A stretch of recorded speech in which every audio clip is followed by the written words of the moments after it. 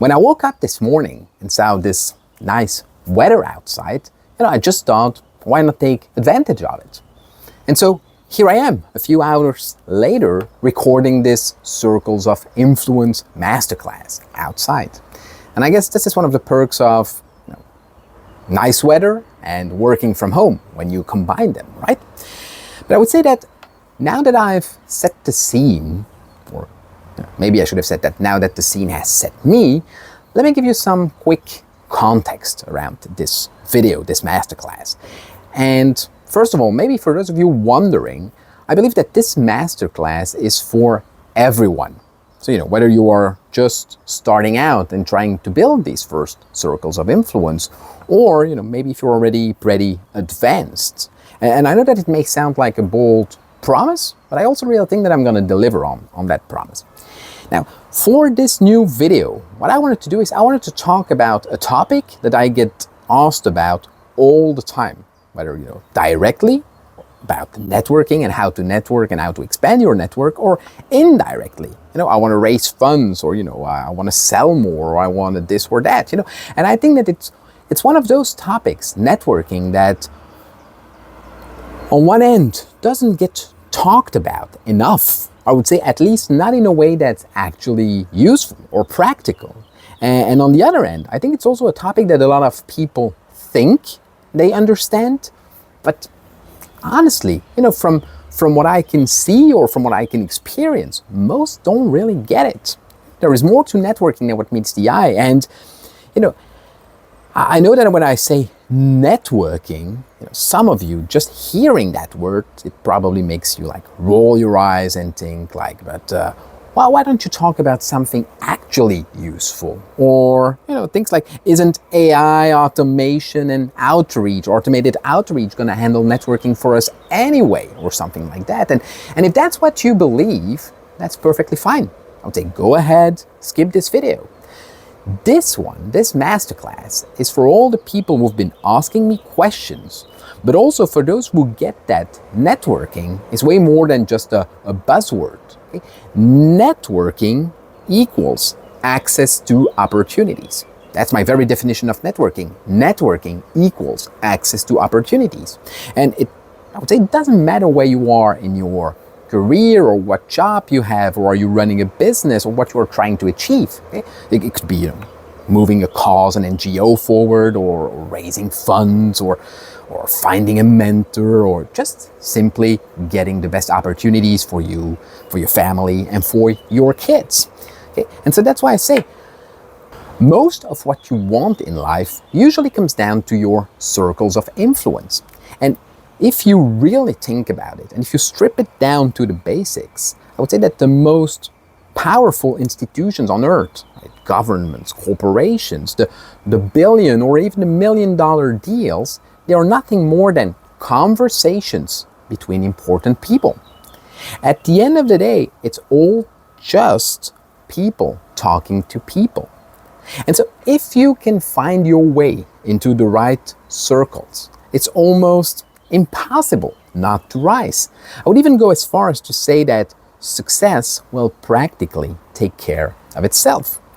Now, of course, it all depends on how you define success, but remember, networking equals access to opportunities. So you are the only person who gets to define what an opportunity means to you. But one thing is for sure, the more influential people you know, the better the conversations you'll have. And the better the conversations you'll have, the better opportunities you will create. And so my goal, my objective with this video, with this masterclass, is to give you a crash course on networking in 2025 and beyond. It's to give you, I would say, everything that you need to know and that actually works. Physical, digital, networking everywhere, not just at those bullshit networking events, which, by the way, don't really work. I mean, not in the standard sense of business clubs and all of that. But anyway, that's a different debate. Now, before we get into it, let me explain to you. I tend to make long intros, but I think it's important to get the whole context. So let me explain why I say that. Despite the endless flood of content on LinkedIn and everywhere else, networking, in my opinion, isn't talked about in a way that's actually useful or practical. Well, simply, let me explain why I say that most people just don't get it. And the thing is, I have done my fair share of networking. I still do. And so you could say that I've been on the receiving end of networking enough to notice that most people, they are still using networking tactics that feel stuck, I would say, in the early 2000s, right? Or even a lot of the advice out there, the videos, the articles on networking, it's just outdated. Okay? I don't need to tell you that the world has changed. But the thing is, the advice, when it comes to networking, hasn't. And some of the stuff still works, sure, but in the grand scheme of things, most of the advice out there is just outdated. Okay? It's not just about, it's no longer about handshakes and business cards anymore. Okay? It's way more than a clever, catchy pattern interrupt or all of that stuff. It's physical, yeah. It's digital. It's hybrid. Okay? It's everywhere, all at once. You can call it omni-channel, or if you want to sound extra corporate or trendy, depending on your definition, you could call it phygital, right? Physical and digital. Now, on top of that, like I've been repeating over and over in my other content, if you've been following me for a while, today, everyone is fighting for a slice of everyone's attention. Okay? We are in the attention economy, where you could say that distrust, skepticism, and just people's mental walls, mental defenses, mental antivirus, if you want, are higher than ever. That's the attention economy. And so over the years, I've had to adapt or die, you could say, right? The good old Darwinian principles at play. But I would say that the methods and tactics that I'm about to share with you, they are refined. They are built for today's world. And they've literally helped me connect with influential people all over the world. And so what my hope with this video, with this masterclass, is that they will do exactly the same for you. Now, two things that I want to add before we get going. I would say two disclaimers. And the first one, if you've been following my content, you probably know by now that I'm not a big fan of corporate bullshit or, trading, being politically correct for the truth. That's not really my thing. So some of the things that I'm about to share are not mental safe spaces. Okay? It's going to challenge you, and it's based on deep human nature. You could say dark psychology, but not in the manipulative way. It's just on how human beings actually work. So, and it's not about being shady, it's about being effective. So I would say that if you are into fairy tales, and the usual just be 100% yourself, calculate nothing, give without restraint, expect nothing in return, and believe that the world is gonna somehow magically bend around to hand you everything that you deserve, well, I would say this video is not for you. Because the world owes us nothing. Okay? Most of what you'll get in life, you will get it because you plan for it, because you train for it, because you take it, not because you deserve it. Okay? So my second disclaimer is that many people have told me, oh, but it's easy for you. You've got a way with people, you got a way with words, but it's not. Okay? It's not easy for me. Okay? Despite what people might think, I'm not a natural networker. Okay? I'm not naturally the life of the party, like some of my friends can be, and it's kind of an impressive skill if you think about it. But I also didn't come from a family or a background where someone just opened the doors for me. And I mean, it's great if you are, okay? If you come from that background, it's great. I'm not criticizing, okay? It helps. But everything I have, everything I can do, it is the way it is because I've worked for it. Because I tried, because I failed, because I picked up books, because I'm humble enough to know when I don't know, to shut up and listen. So don't believe the myth that you must be a natural to be a good networker. And sure, it helps, like with anything in life if you are natural, but it can absolutely be learned, and I'm about to give you the exact foundations. The foundations to reach out to and connect with eye-level people, what to say, what they're thinking, and how to turn those connections into real opportunities. Networking isn't just a skill, okay? I think you have to understand that it's the key to everything. And just so you know, in this video, I'll also cover the digital dimension of networking, and so especially LinkedIn at the end. And maybe a last disclaimer before we go. Usually when I share some of these networking hacks or tactiques, I get this almost sometimes this disgusted reaction from some people like, oh, but isn't this like manipulation? Like being efficient is somehow beneath them. Well, one, I don't think so. I think that if you genuinely enjoy what you are doing, this isn't really manipulation. And on top of that, I would say that if you don't truly enjoy networking and building new relationships, well, you might be able to trick your way for a while, but you will never last, okay? And it's a long run. It's a marathon. It's not a sprint. Two, I would say that if you do enjoy it, why wouldn't you maximize the odds, right? I would say, let's be real for a minute. If you look at things from that lens, then everything in life is manipulation. Marketing is manipulation. Seduction is manipulation. My 4-year-old tries to manipulate me every single day. Okay? So enough of the intro and the disclaimers and all of that. I think you get the gist by now. So I would say let's start with the basics.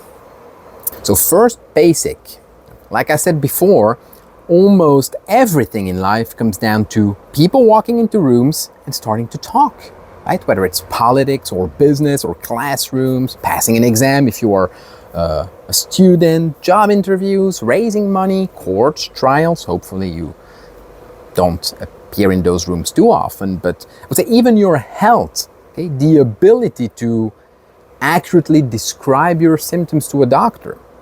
So lesson number one, you need to get good at talking or good at writing, for digital communication. This is foundational. It's really foundational. Being able to take a complex, you could say, chain of thoughts from your mind and project that into someone else's mind with vivid clarity, that's going to be a defining success factor in networking or in anything in life. The better you get at talking, the more you're gonna sell. Okay? Sell yourself, sell a vision, sell the next steps into whatever it is that you want. So, of course, networking and sales have a lot in common, right? So, how do you do that? Well, I'd say first step is you need to learn to talk convincingly. So don't be boring. Put energy in your interactions. That energy, it's key, it's critical. And of course, use your own style, okay? Don't be a radically different person. We're not talking about schizophrenia here. But put loads of energy every time you speak. Don't be low energy or you will just bore the hell out of them. That was number one. Number two, I would say find a way to be engaging. Okay? How do you do that? Well, analyze and study people who are naturals, who are good at engaging, and find out why they are. Okay? And then at the end of the day, it's only about train. Okay? Especially, I would say, in low pressure interactions. Talk to everyone, everywhere. Okay? Make it a habit. It's just like a muscle. You need to train it. Number three, it's no filler words or stuttering. Okay? If someone asks, I don't know, tell me how this works. Well, most people will try to buy time and, well, don't do that, okay? Train yourself, especially on topics you're in control of, in topics you are supposed to master. So if your job is to do XYZ, you should know everything about XYZ, right? So in networking, there will always be variables, like in any equation, but don't leave anything that's under your control to chance. So go in with high energy. I'm gonna tell you exactly how XYZ works. Here is how it works. We came to this because we noticed that, look at this. Key, that's key. 4, and I would say, of course, it's body language. So I'm not gonna turn this into an in-depth course on body language, but I would say that along the masterclass, I will hint to a few key aspects here and there, especially in the part about cold approaching people. But mastering your own body is absolutely key. Get your body under control, get your mind under control, get your ability to talk under control. So that was for the first basic, get good at speaking. Number 2, next on, I would say that networking, just like success, is exponential. Okay, so what do I mean by that? I mean that once you've done something once, it gets easier and faster the second time, and then even easier by the 5th time and the 10th time. And I think you get the idea. So just like starting your first business, it's hard, but it gets easier over time, right? Because you are not broke anymore, even if, of course, new problems will arise, or, because you've learned the legal and the financial hurdles and the mechanics, because you've built a network, because you've hired and fired and so on and so on. So you've acquired a lot of skills along the way. Well, it's the same with networking. You probably won't be great at it at the beginning, and that's fine, okay? Train that muscle, we've already covered that. Work your way up. Start with low stakes, low pressure situations and build from there. Next, talking about low stakes and low pressure, let's be brutally real, okay, here for a second before we move on. Most people have unrealistic short-term goals and ambitions when it comes to networking. They try to skip the natural progression and they want to network, you could say, way outside of their league way too quickly. Okay? They're not just reaching for the next circles of influence. No, they're trying to jump 30 circles ahead. Okay? That's not ambition. Okay? That's delusion. Networking, as in all things in life, is an exchange of value. Same with sales, same with marketing. It's an exchange of value. So if you have nothing interesting to offer, okay, if you bring nothing to the table, no expertise, no valuable insights, that you are not a great entertainer, because that's also something you can bring to the table. Well, first, make sure that you have something interesting to offer. And I would say until then, don't talk to others, right? Really. I mean, ask yourself this question. Imagine you're either already successful in your business or project yourself as, someone successful in business. And imagine if someone came up to you and said, help me with my business, please. Just like that, right? Without offering anything in return. Would you say yes? I don't think so. Right? So why would you make that kind of offer to someone else? Okay, that's pure selfishness. And I know I'm being hard here, but I would say it's for your own good if, of course, you are currently in that situation.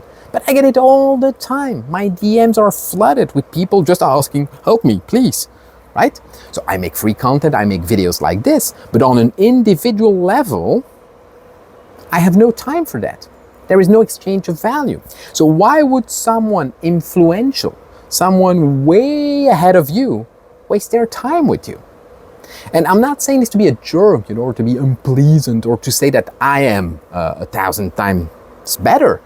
But life is not a fairy tale. It doesn't matter how smart you think you are, and even if you are, it's not enough. 99% of the time, people want something in return. They want mutual benefits, access to valuable information, to opportunities, to connections, maybe even just to entertainment, right? So always ask yourself first, I need this person to get X, whatever. I need this person to get whatever. What can I offer in return to make them want to help me? And just by thinking that way up front, I will tell you, you are already in the top 10% of people who know how to network. Okay? It's a question no one asks themselves. They always think about themselves. I want this, now I'm going to try to get it. No. If I want that person very specifically to help me get this very specific outcome, what do I have to offer in exchange? But if you have no experience, no knowledge, nothing to share, then create it first. Build experiences. And if you are young, just go around the world for a year. Try crazy stuff. Take risks. Earn trust. Deliver value. And then I will say, one circle at a time, you move up. But trying to quantum jump your way into elite circles, or just ones that are too far away from where you are currently right now, or what you have to offer, it's unrealistic. And some will say, fake it until you make it, and it works, okay? But within certain limits, okay? So you have to be real about who you are right now, where you are right now, and what you actually have to offer. Okay? Life is not a Hollywood movie. You don't network yourself up by forcing yourself into rooms you don't belong in. You build your way there. And sure, it will work for some, but it's, again, an exception, not a rule. So it doesn't matter who or where you are.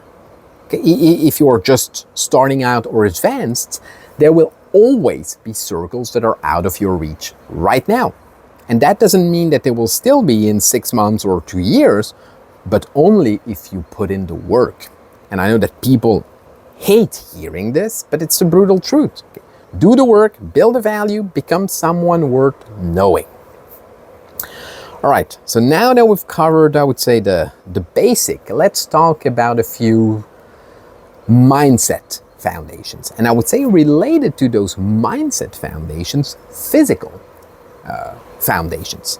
And when I say physical foundations, of course, I'm going to skip the obvious stuff like have a good hygiene and all of that. Okay, I assume that your parents handled that correctly.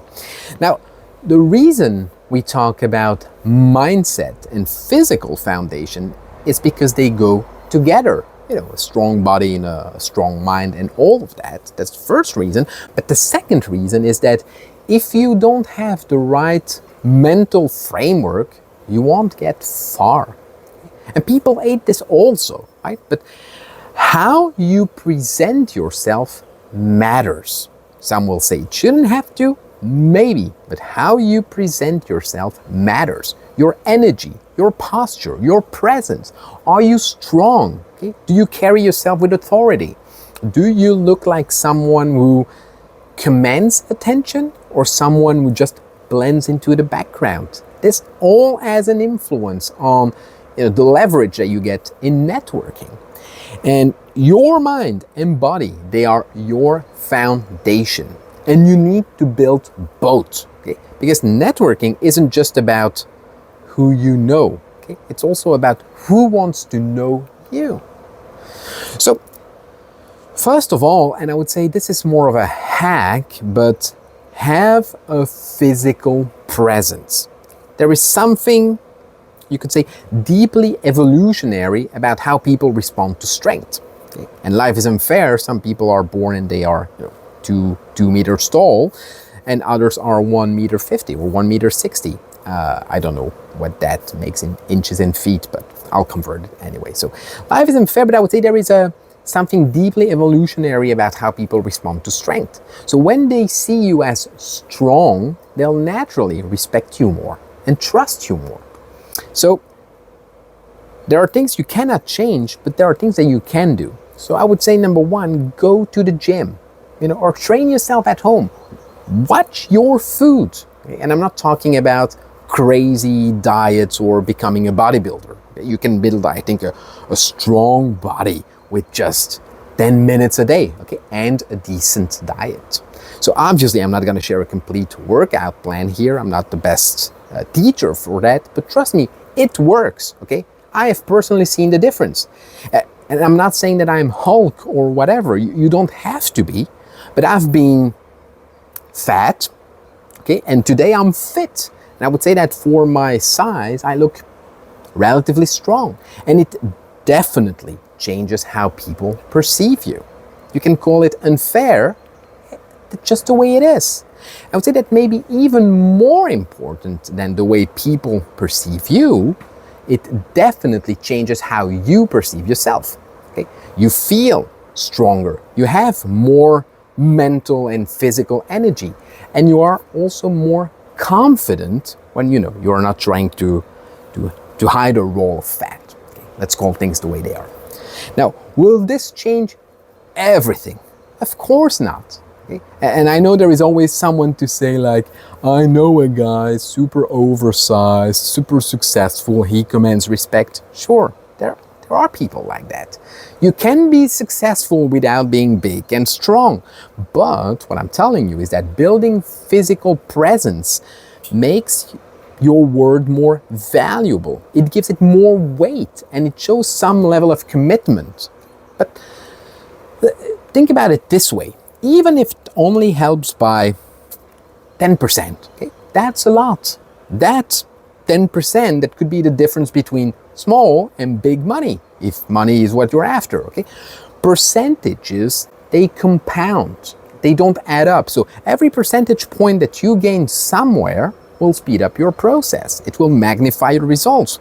So not only is it good for your health, it's a good hack and it will speed up your results. Number two in the mindset and physical foundation is confidence. Okay?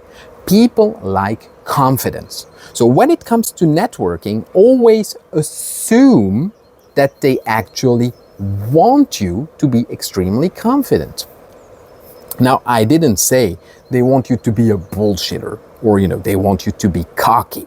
That doesn't work, and ironically, it often comes off as not confident. But you need to build that strong confidence. And I know that the world is constantly trying to tell you the opposite, or, you have been raised that way. But it's wrong. Okay? Just look around you. Successful people are confident, always. And I repeat it, the people you're going to successfully network with, they want and they expect that confidence from you.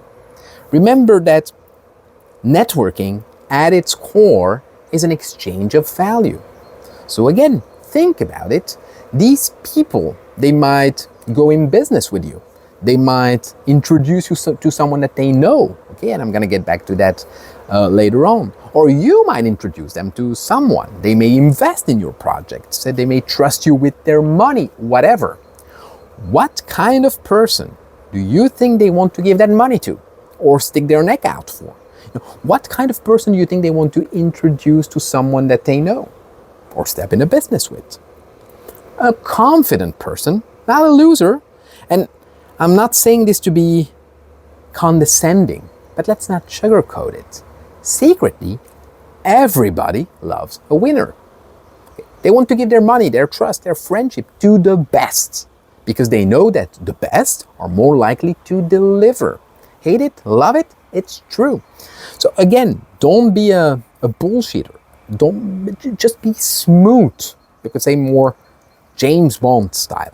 But as far as networking is concerned, or business in general, don't come in, complaining like, oh, times are hard, or never admit that you are struggling, even if you are. Okay? In business, in networking, in life in general, the idea that show vulnerability and the world will reward you, it's ridiculous. Okay? It's a crazy fairy tale. And sure, again, there will always be someone to point to the exception. But what I'm doing is I'm pointing to the rule. Confidence is key. So things like we've been struggling for 2 years now, but that means that we really value each customer, or I'm ready to work hard for any opportunity. Please, that doesn't make people want to buy or buy into you. So I'm going to be blunt again, but no one trusts a loser. With all respect to losers, okay? We all lose at times. So you need to lose to win. Okay? Hopefully you lose less than you win, but still. So don't forget the basics. People want to gain something from the exchange. Okay? They don't want to lift you up or reboost your confidence because, you're really seeming like someone who deserves it. Don't buy into this. From others or from yourself. Don't get in that fairy tale. And I know that I'm gonna exaggerate a bit, okay? But you need to come along and convey the impression or the idea of, my business is fantastic. We make so much money. We have so many clients. We are great. You want to work with us, okay? And even if you don't have a business, I think you just get the gist, okay? Be a little bit more like Donald Trump, okay? Again, no bullshitting and cockiness, but genuinely you have to come across as a winner because people are far more likely to trust you.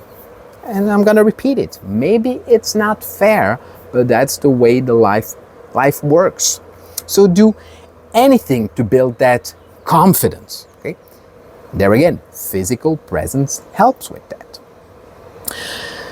Now, next, still in the mindset and physical foundation, stress resistance, or stress tolerance at least. So you need to learn to, I would say, care about things mentally but not emotionally. Okay? How successful you are at anything basically is directly correlated to how much stress you can handle. And building a network is stressful. Not especially, I would say, the anxiety-inducing kind of stress, although for some people it will be, especially at the beginning. But it's work on top of work. Okay? It's not a one-off thing, and I'll get back to that. So you will face rejection. In the beginning, things will go slower than you initially expected, because all things in life always go slower than you initially expected. So, you might attend events and get home late. I mean, it's a whole constellation of elements that will add stress on top of all the stress that you already have. And so when it comes to networking, just like most things in life, the number one reason why most people aren't successful, it's because they cannot tolerate stress and because they are lazy, right? So I'm really gonna make a lot of friends with this video, but it's true. And let me be clear. I'm not saying, I am above this. Okay, I am most people too. I fall prey to the same things. I'm tired. I'm scared. Though I would say we don't admit that one easily. But I don't know what to do next, or I cannot handle more things. Right? And it may be true, but so what? Most things you want in life, they happen outside of your comfort zone. And what keeps you inside that comfort zone, it's lack of stress resistance. So you need to learn how to build up that stress resistance. Okay, so those are the very basics. Okay, I have a lot of things to add to this, but before we get into all of that, I would say let me start by sharing what I believe to be the biggest overall mistakes to avoid. Because networking is, you could call it a double-edged sword. It can open doors for you, but it can also close them. And so some of the things that I'm about to mention, I might circle back to it later on, but I would say in another form. But for now, I would say I'm going to share with you the top mistakes when it comes to networking. And so what's the number one mistake? And I see it all the time, okay? It's people networking only when they need it or when they need something, okay? That's like, you would say, only exercising when you're already way too fat. And then once you gain a normal weight again, you stop. Okay? Networking, if you want to be successful at this, if you want to grow your circles of influence, it should be part of a consistent, and because you want it to be consistent, part of a sustainable routine. Okay? So the things that you don't do is don't just only reach out to people when you need a referral, or wait until you are out of a job to start building connections or reconnecting with people that you know. Don't reach out only when you need investors or clients if you are a business owner, or even reach out to potential mentors, which I strongly recommend and encourage, by the way, only when you are struggling. Okay? It's wrong. It's dead wrong. Because remember what we said, the exchange of value. So most of the time what happens when you reach out last minute is that you will have nothing to offer, because one, you maybe don't really know them or don't really know them anymore, where they're at, because your timing is way too narrow. You don't have the time to build up the value that you need to get what you want in exchange. So that's one. That's the first reason why it's wrong. Two, people can feel it when you are needy. Okay, we can smell that. Okay, just think about it. When someone is needy and comes, you feel it. And remember, no one trusts losers. And when you come off as needy, you come off as a loser. So think about it. Would you personally be willing to risk your reputation by referring a loser? Or, or giving your money to a loser? No, you will not. Okay, so, and because of these factors, you could say, the lack of value, the bad timing, the neediness, most of the time, it won't work if you reach out only when you need something. You will not get what you need. And because you will not get what you need, you will just reinforce that idea that, networking doesn't work. Okay, it's for the naturals. And so you won't network anymore. Well, stop. So you need to regularly engage with your network and build relationships before you need them. And I'll get back to my system for doing just that at the end of the video. But that's the number one mistake. That was number one. The second biggest mistake is to take someone's advice and disappear.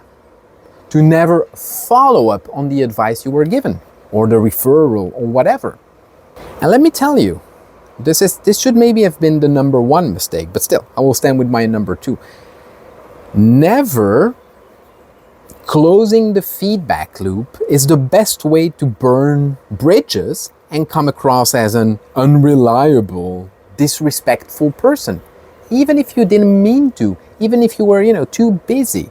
Do you really think that they will be eager to help you next time?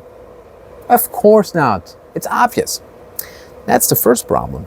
But the second, by doing that, you are missing out on a huge opportunity. Because closing the feedback loop on the advice that you were given or a referral that you've received, that maximizes your odds of a positive outcome. It maximizes your potential success rate of any advice that you get. And it keeps the flywheel of relationship building into motion, which is what you want. Relationships are built over time. You need to keep that flywheel in motion. Now, why do I say that it maximizes the odds of a positive outcome?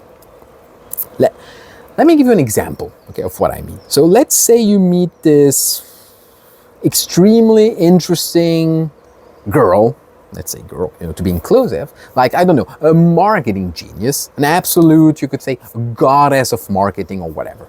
And so you have a dinner with that person or whatever.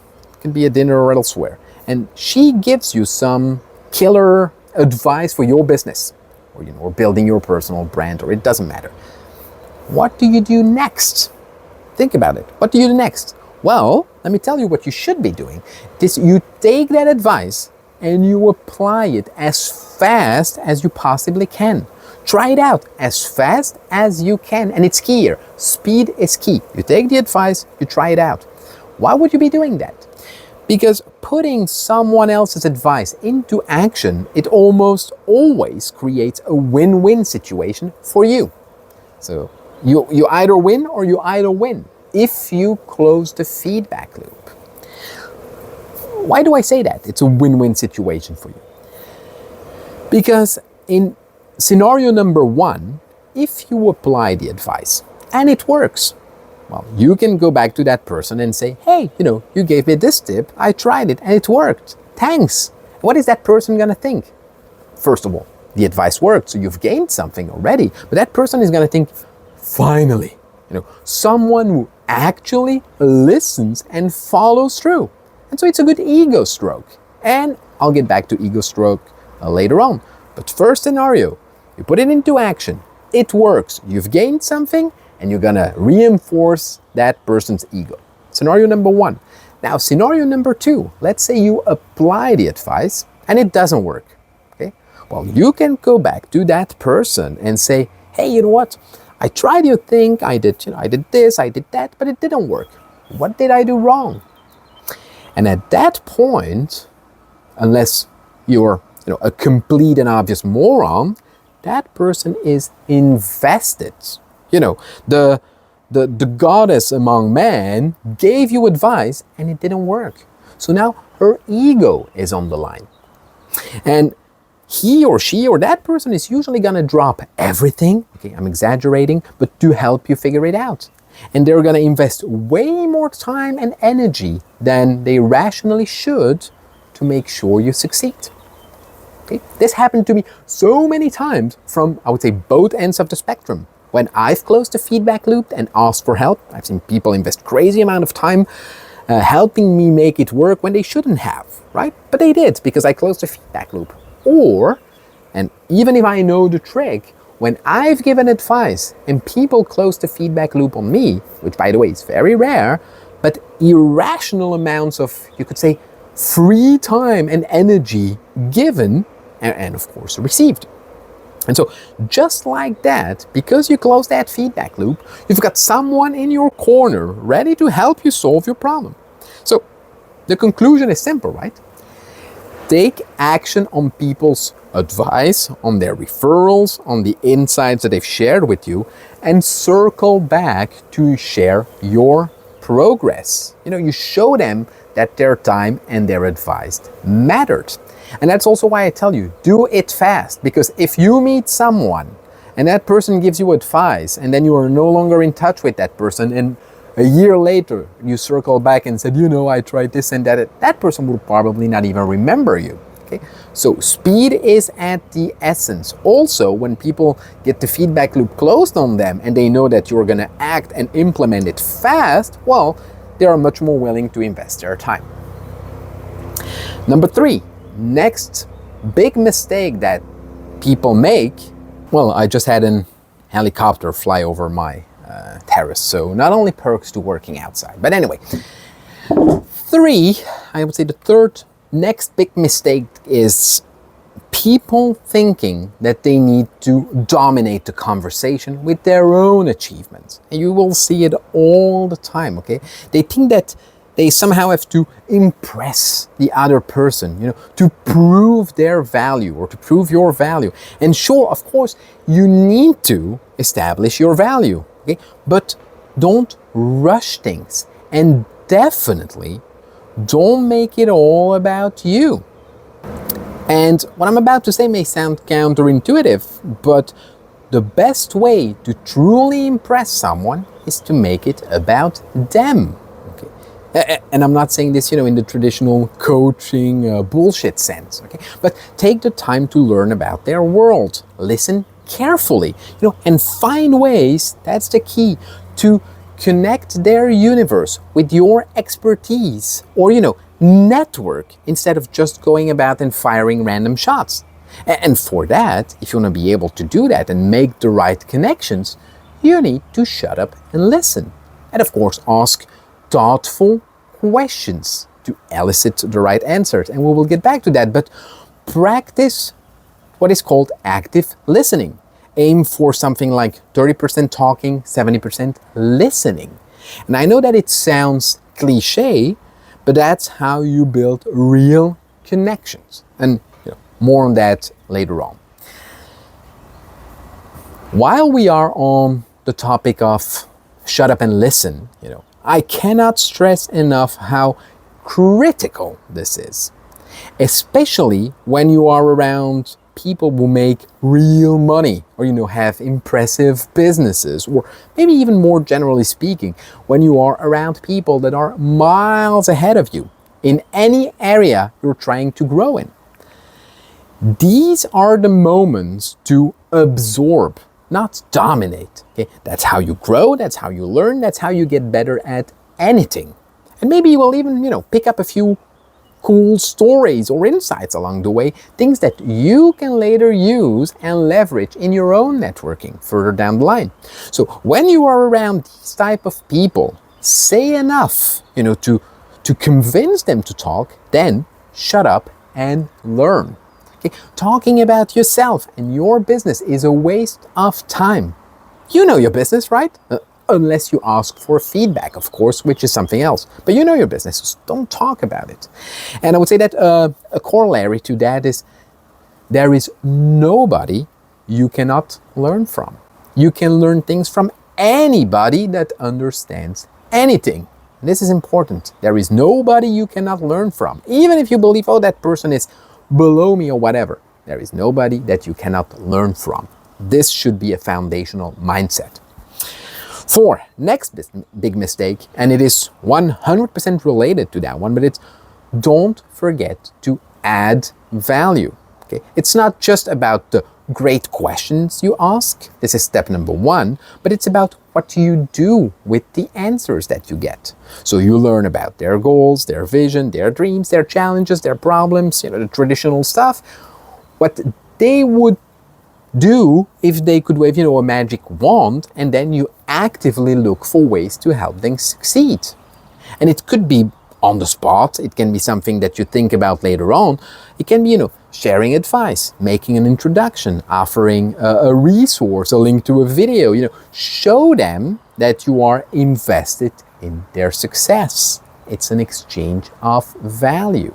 And even good intentions, if they are targeted, will be rewarded. 5, another big mistake is to let valuable connections fade away. And again, I'll get back to that, but it's a huge mistake. So you need to create a simple system and make it a habit to track your check-ins and send, quick personal notes about their achievements, or share a resource you think they would find useful, or just to stay in touch. It doesn't have to be complicated, it just has to be thoughtful. Okay. So the key to successful networking, it isn't just about making connections, it's about keeping these connections alive. 6th, which is on the last but definitely not the least of the big mistakes, it's ignoring online networking. Or you could say offline networking, but online networking. We are in 2025. So I'll get back to that as well, but don't treat LinkedIn like a resume database. Okay? Share valuable content, engage meaningfully by commenting on posts, or add real value on these posts, and I would say at least 5 per day, but celebrate their milestones, send them personalized DMs when you spot something relevant, whatever. Again, I'll get back to that, but don't ignore online networking. All right, so now that we have covered the basics, I would say let's dive into the more advanced stuff. Let's really get into the psychology, and you could say the unspoken rules of networking and strategic relationship building. And I know that here again, some people will disagree with me, some will be offended. I mean, that's life, right? So let's get into it.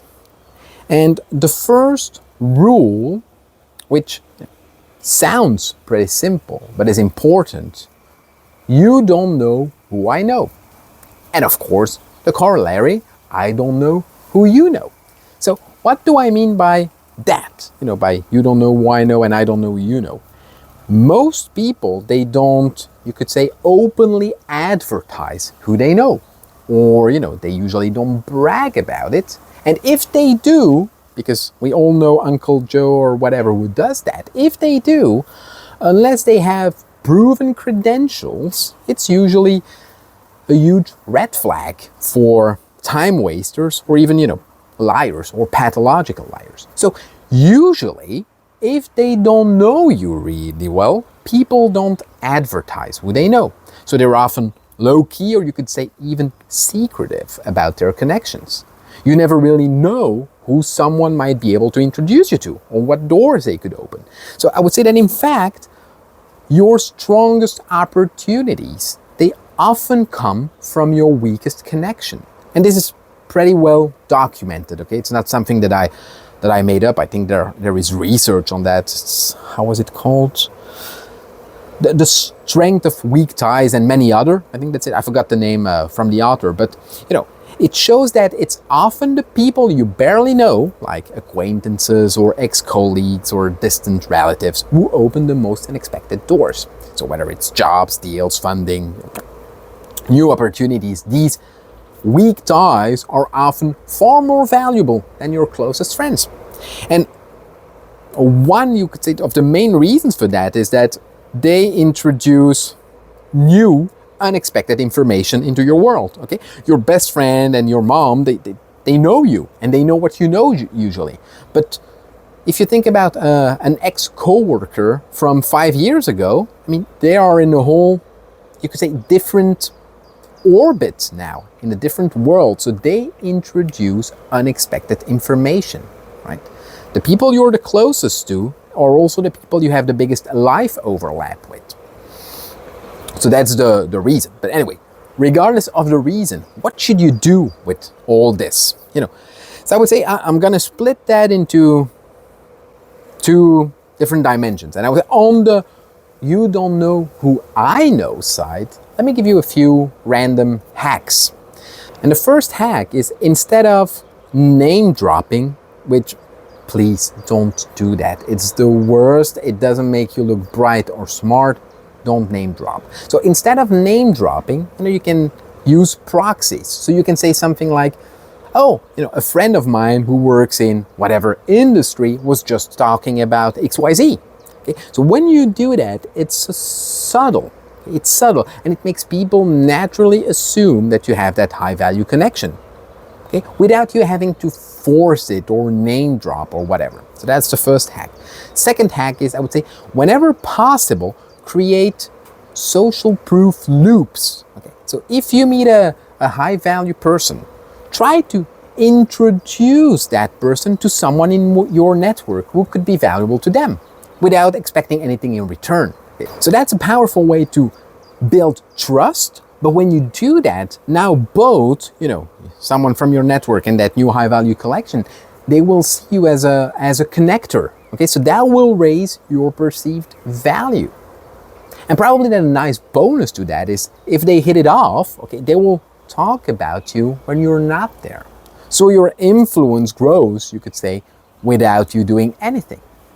Another one, and I've said it already, but have a system to track and reach out to your old valuable connections. Just even with a simple check-in. Something like, hey, by the way, I just saw this, or stumbled into that person and it reminded me of you. How's life? No ask, no agenda. Just a genuine way to rekindle a weak tie. Okay? And you would be surprised how often those little check-ins can really lead to something cool.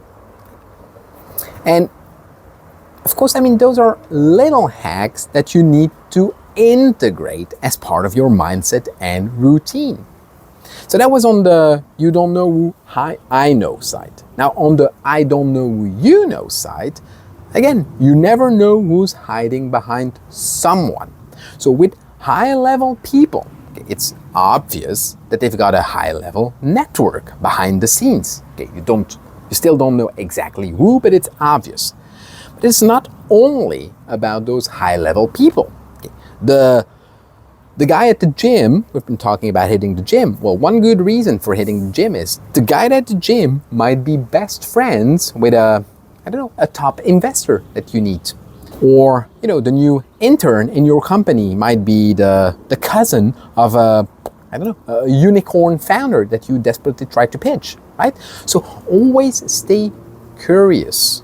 train your engagement muscle. Always try to genuinely engage with people, anyone, everywhere, all the time, at the store, at the gym, at the bus stop.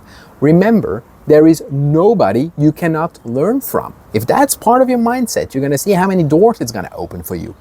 And by learning to, or training yourself to connect with everyone, by being genuinely nice and taking real interest in people, especially those people who might not get that much attention because you're, medium or low value, without, again, being disrespectful. But by doing that, what you will do is, one, you will train your muscle, that muscle, in low pressure situations. Two, you will become, by training that muscle, you will become a natural.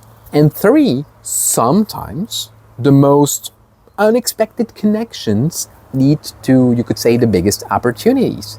And of course, it's not gonna be all the time, but you only need once, right? What was Bill Gates' associate?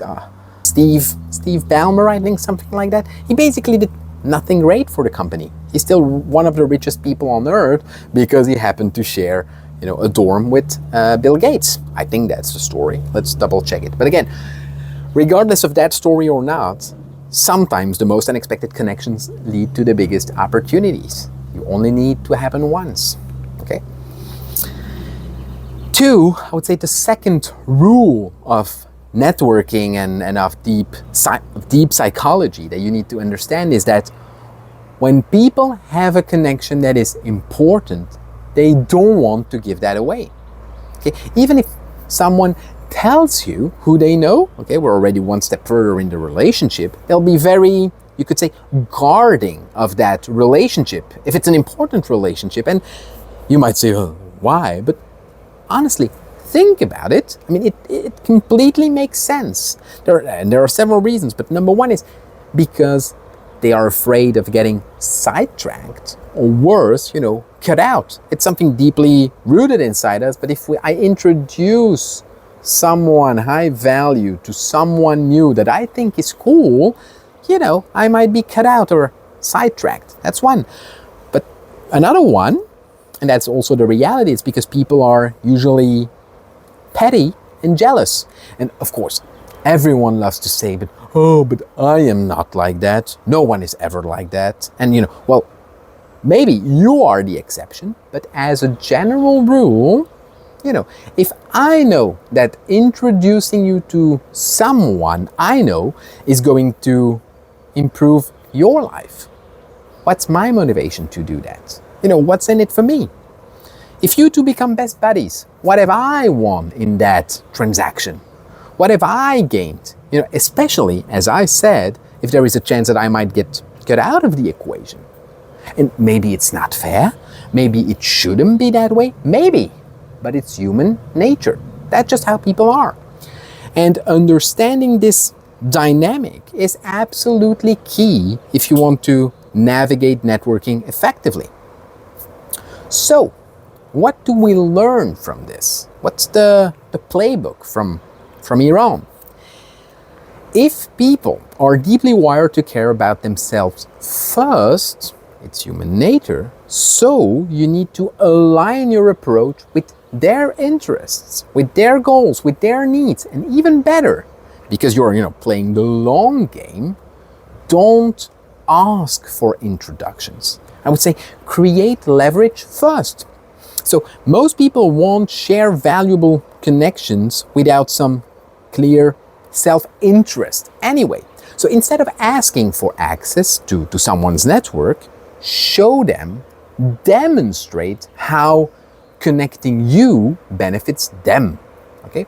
And there is way more strategy that goes into effective networking than people imagine. Okay? And so as with anything worth pursuing, it's hard. Okay? So I don't know, offer specific value they cannot provide themselves, or position yourself as someone who makes them look good by association. And that's very strong. How many people do you know like to sometimes associate themselves with the accomplishments of someone else? So that's one way if you want to create that leverage. Find ways to make them look good by association. And the cold, harsh truth is that meaningful connections are rarely handed out for free. They are earned, through what I call that strategic positioning, that leveraging, or they are exchanged as a currency. Now, third rule, or deep, you could say, psychological pattern, which builds upon the previous one and ties directly into why, you could say, people don't hand over their important connections just like that. And one of the reasons is because it is impossible to refer someone without also referring your reputation. Think about that. It is impossible to refer someone without also referring your reputation. So every introduction that someone makes comes with their name and their credibility attached. And that's a big deal, okay? So in other words, if you fuck up, that reflects on them. It directly impacts their reputation. And sure, if you succeed, the person who recommended you benefits, okay? Their reputation is reinforced, but if you fail, they take a hit. So when people recommend you, they put their reputation, their credibility, their trust on the line. And those things, they are usually built over time, but understand that it's way faster and easier to lose them, to lose that trust and that reputation than it is to earn that trust and reputation. So they need a motivator to do that. Okay? If you want them to put their reputation on the line, they will need a motivator to do that. The good old risk reward, okay? Upside, downside. And that's probably, I would say, the number one hack. And yes, of course, it's about value, but more than value, the entire networking game ultimately comes down to motivators. I think that the biggest mistake people make is trying to convince others to refer them without giving them a good reason to do so, without motivating anybody ever. All right, so now that we have established this, and I hope that you agree with me, but let's talk about those motivators. And I think that if you really boil it down, there are basically only 3 motivators that will get someone to refer you. So if someone is going to recommend you, they are making a conscious decision to take one of their relationships, something that they've built and that they value, and share that relationship with you. So what are the 3 universal motivators? Number 1, and I think you may guess it, money. And no, I'm not talking about bribery, although, let's be real, it's a universal constant, okay, that has worked tremendously well for many, that bribery. But hey, I will leave the level of shadiness you're comfortable with and, that you want in your life, that's up to your judgment. So I will leave it up to your judgment. But when I talk about money as a motivator, it's more about you could say, your ability to generate money for others, to connect them with money. So this could be, the network that's behind you, the people behind you, the introductions that you can make that could lead them to money. It could be collaborations, partnerships, just opportunities, investment opportunities that you bring on the table. It can also be usually your track record. So the investments that you have turned into profits, or the startups or businesses that you've built, into money-making machines, or, creating value in some other way. I think you get the idea, but it's not just about direct money. It's more about your ability to connect them to money. So to opportunities, to resources that lead to money, to financial growth. And that's a huge motivator. Okay? Even when you're talking to wealthy people, they never have enough money. Okay? So now, let me add something important here. I think that money is a tricky one, because if you are starting out or not yet in a position to connect them with money, it is a powerful lever, but it's also one that will have to come later. It will have to come as you network your way up, as you grow your ability, to create or connect opportunities. So this motivator, money, becomes more accessible over time. It's a long game, okay? Now, what are some, I would say, practical, no bullshit hacks when it comes to money as a motivator? Number one is, I would say, become a deal facilitator. So find ways, the perks of being outside. So find ways to position yourself as the missing link between two profitable, opportunities. Find, for example, two businesses or two people that should be working together but are not. So, you map out how they would complement each other and you show them. Okay? You articulate clearly how connecting them creates money. Okay, so that's the first one, is being that deal facilitator. Another one is become a provider of intel. Okay, so I'm not, again, saying insider trading. Okay? You are the judge of the level of shadiness you invite in your life. But this one gets you in prison, by the way. But what I mean is become and position yourself as a valuable resource. Someone who's sharp, someone who spots, emerging trends, emerging opportunities, untapped potential. Okay? Learn to connect things in a way no one else sees. Okay? And I came with the concept of omnology, or becoming an omnologist, in another video. So I'm not going to expand on that right now. But when people see you as someone sharp, they will keep coming for more. And you will, induce reciprocity, or they will introduce you to others to look good by association. Remember that one. And sure, it takes work, okay? So becoming a provider of intel, there are certainly no shortcuts with that one. But I think that becoming sharp or sharper should be a nice motivator for you in and out of itself.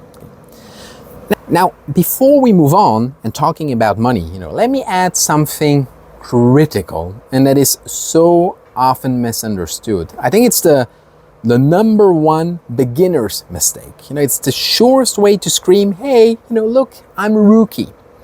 And it's business ideas. Okay? You may think that they are great. Well, let me tell you this, ideas are really not that sexy to people. And I know that when you're starting out, it's easy to equate business ideas with the concept of money or making money, but they are not the same thing. Okay, so now, whether you are a beginner or not, I think that the biggest mistake we make when we have an idea, and I've been prone to that so many times, is that we tend to fall in love with them. We tend to fall in love with our ideas. I know. But trust me, the reality is that unless, I would say, you have proven that you can actually convert ideas into money, unless you have demonstrated that you can execute and make things happen, no one really gives a fuck about business ideas. Ideas are cheap.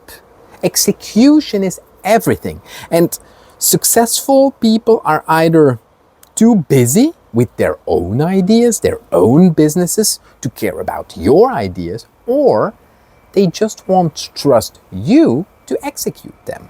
So ideas on their own are not sexy.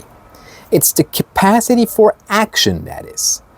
And the ideas that are really sexy, the ones that they are usually or too complicated or too different.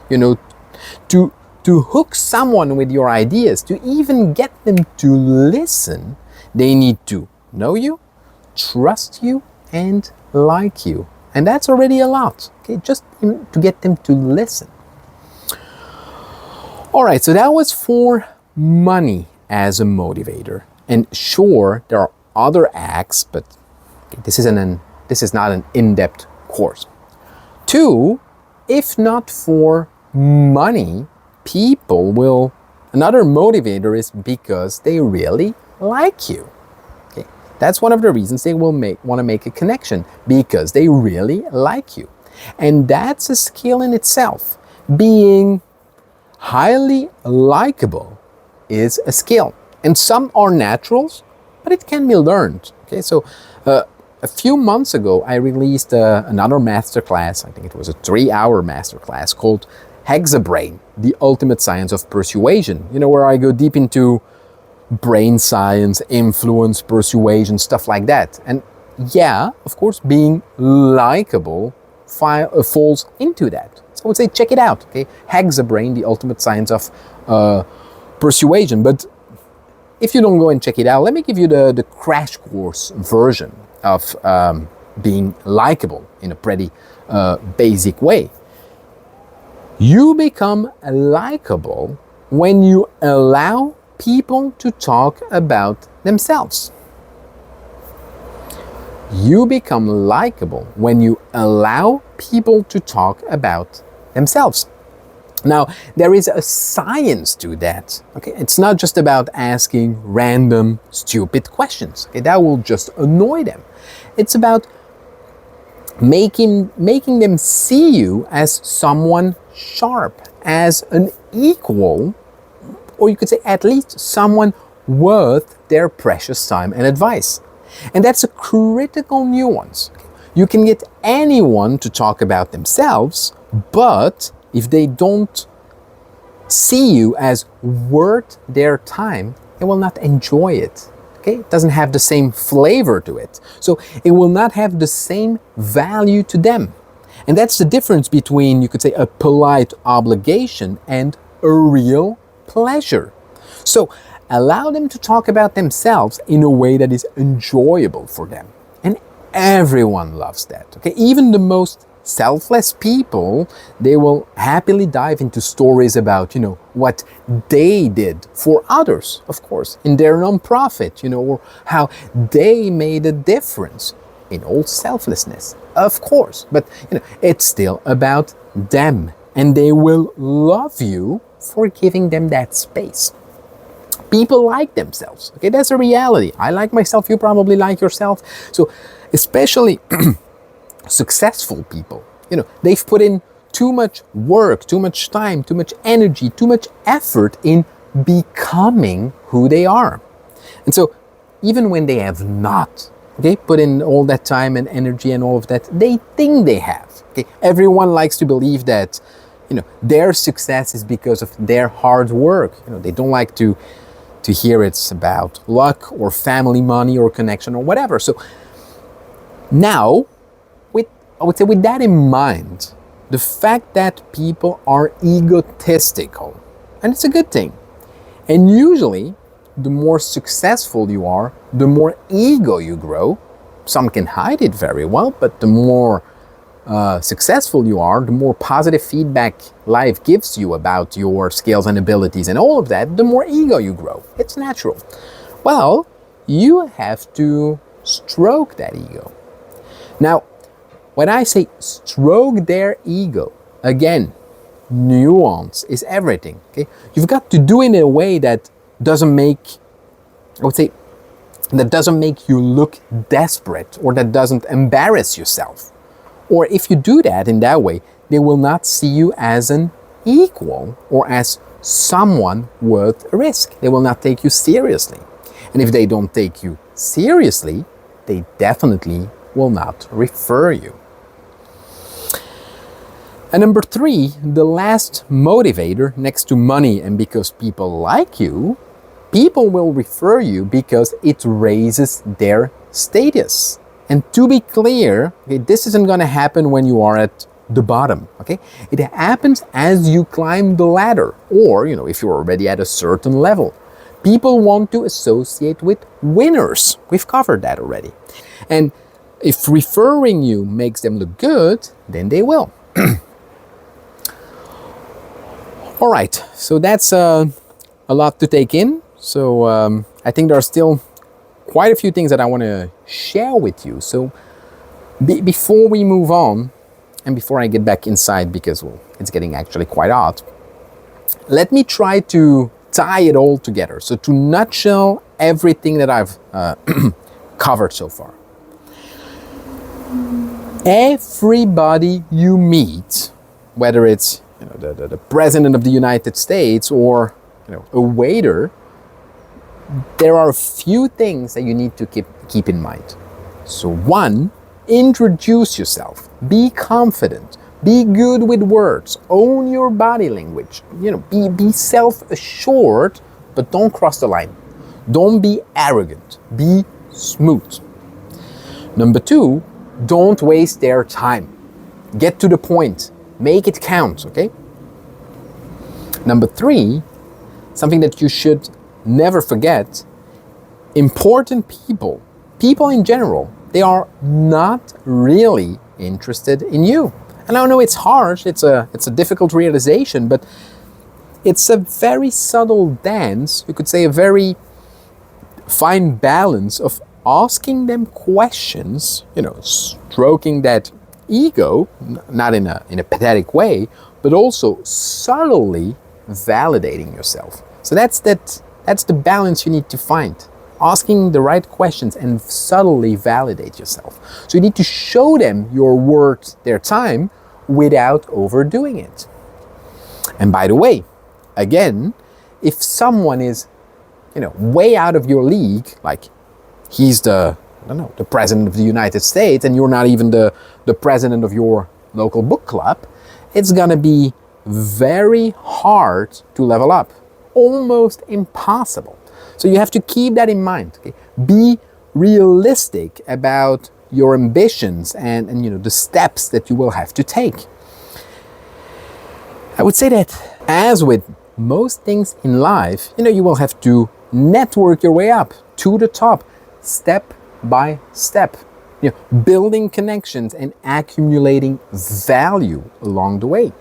So, for example, if you meet, a top banker or someone from London's finance landscape that's high up in finance or private equity, or if you approach them and you say, yeah, I'm a millionaire, even if it's true, I'm a millionaire and I've done this and that, and think about it, that person could be making 1 million per week, okay? Or, they are maybe dealing with billionaires with a B on a daily basis. So do you really think that your approach will catch their interest? Let alone actually impress them? Of course it won't. Now, instead, if you said something like, I've actually been looking for a reliable banking solution for ages. I need to move large sums of money regularly and quickly, but I'm struggling to get it done. The delays, the hidden fees, the inefficiencies, it's driving me up the wall, okay? What's the best banking solution? Now, that's different. That's meta communication. It's interesting. You are subtly signaling something, okay? You are triggering their curiosity, and at the same time, you are positioning yourself as an interesting equal looking for advice. Okay? Plus, there is a money component in there. Okay? You could connect them with money because you have money. So now they are thinking, let's talk. Okay? You see the difference? What I did here is I validated myself smoothly and I stroked that person's ego by asking a smart question, by recognizing that they are an expert, that they know something that I don't know, although I'm an interesting equal. So always frame your questions with, I've always been interested in, or whatever. Show curiosity, respect, and that also positions you as someone eager to learn without coming off as desperate. Because again, we don't want the desperate, needy people. Okay, so maybe something else before we move on, and before I get in, but it's reputation control. So, the saying, right? your reputation precedes you. And if it doesn't precede you and people check you out, and trust me, depending on, they will, especially today, your reputation follows you. So your reputation either precedes you or it follows you. But anyway, reputation control, that's why it's absolutely key. You need to control your reputation at every level. Okay. So in your business, in your job, your online presence, even the comments that you leave or that you post on social media under a news article, everything you do leaves a trail and people are paying attention more and more. Now, of course, you're never gonna make 100% of the people happy. Okay, that's just reality and you have to accept it. But the equation, I would say, to reputation control is pretty simple. Do more good than bad. Okay? Keep the balance in your favor, and usually your reputation will take care of itself. So most people, they will not go out of their way to slander you, okay? Unless they are complete psychopaths, but usually the only thing that makes people really blow up is being ignored. So in your business, if someone emails you or calls you to complain, well, that's actually a good thing. Okay? It means that the issue is still with you. It's still within your control. Again, some kind of strange engine. So if they do all of that, the issue is still with you.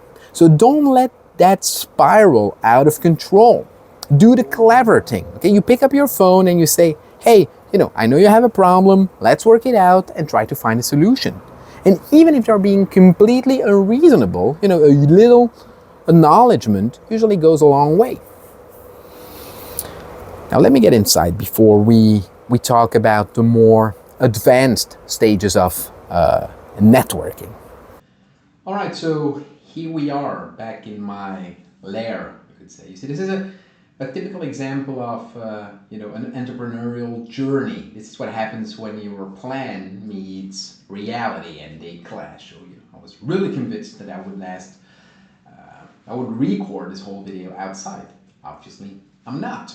So back to networking, and I would say we were saying let's talk about the more advanced stages of networking. So this is also an in-between, right? After that I will get to something else, but I think that at this point it's important to say that once you reach a certain level, networking becomes expensive or more expensive, right? It's no longer about just showing up.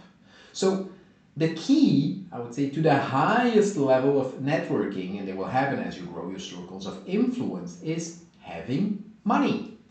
So it's also some kind of a virtuous circle, or a vicious circle, some will say, but the more you build a network, the more money you're supposed to make. Right? On the, maybe not short term, because as I said, it's a long-term game, but this should be one of your metrics. It's the ROI of networking. Are you ultimately making more money? Or at least getting the things that you want? So, the key to the highest levels of networking is having money. And so let me explain what the different levels mean in that statement, because there is not just one level. So level 1 to this, and I mean, even if you don't have the money yet, it's accessible to anyone, and it is don't be impressed by things. Okay, the wine, the place, the car, whatever. Okay, remember, you want to engage as an equal, and even if both of you know that you are not an equal, no one will respect you, if you are losing your mind over their Ferrari. Okay, so stay normal. Act as if it's the usual, just another day. If you end up, I don't know, in a private jet for the first time in your life, be completely unimpressed. Okay, act like you've done it a thousand times before, even if they know you've not. Okay, but confidence and composure are everything. Don't be like a child, like, oh my god, and start to play with all the buttons on your seat or whatever. That doesn't work. You may not be able to outspend them, okay, the higher levels of your network or of your attempted networking engagements, but you can stay composed. That's how you earn respect. What do you think they will think of you if you lose your mind over their stuff? So if it's a potential investor, for example, what will they be thinking? Well, one of the first things they will be thinking is, if I gave my money to this guy, he would probably be more focused on the toys it will get him and the actual business. Okay, and that's not the impression that you want to leave. So, but even if it's not an investor, it doesn't matter. Okay, stay composed. Don't be impressed by things. That's level 1 to money.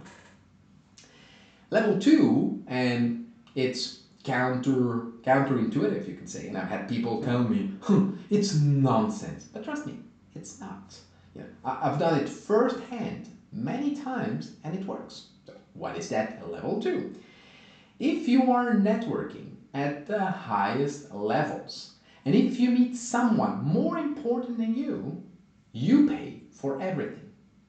You pay for everything. And it doesn't matter how expensive the drinks, the food, or whatever it is. When they try to pay, and they will, okay, it's a way for them to ascertain their dominance, their powers. When they try to pay, you go like, no, please, it's a pleasure meeting you. Okay, it's on me. It's on me. And some will say, why would you do that?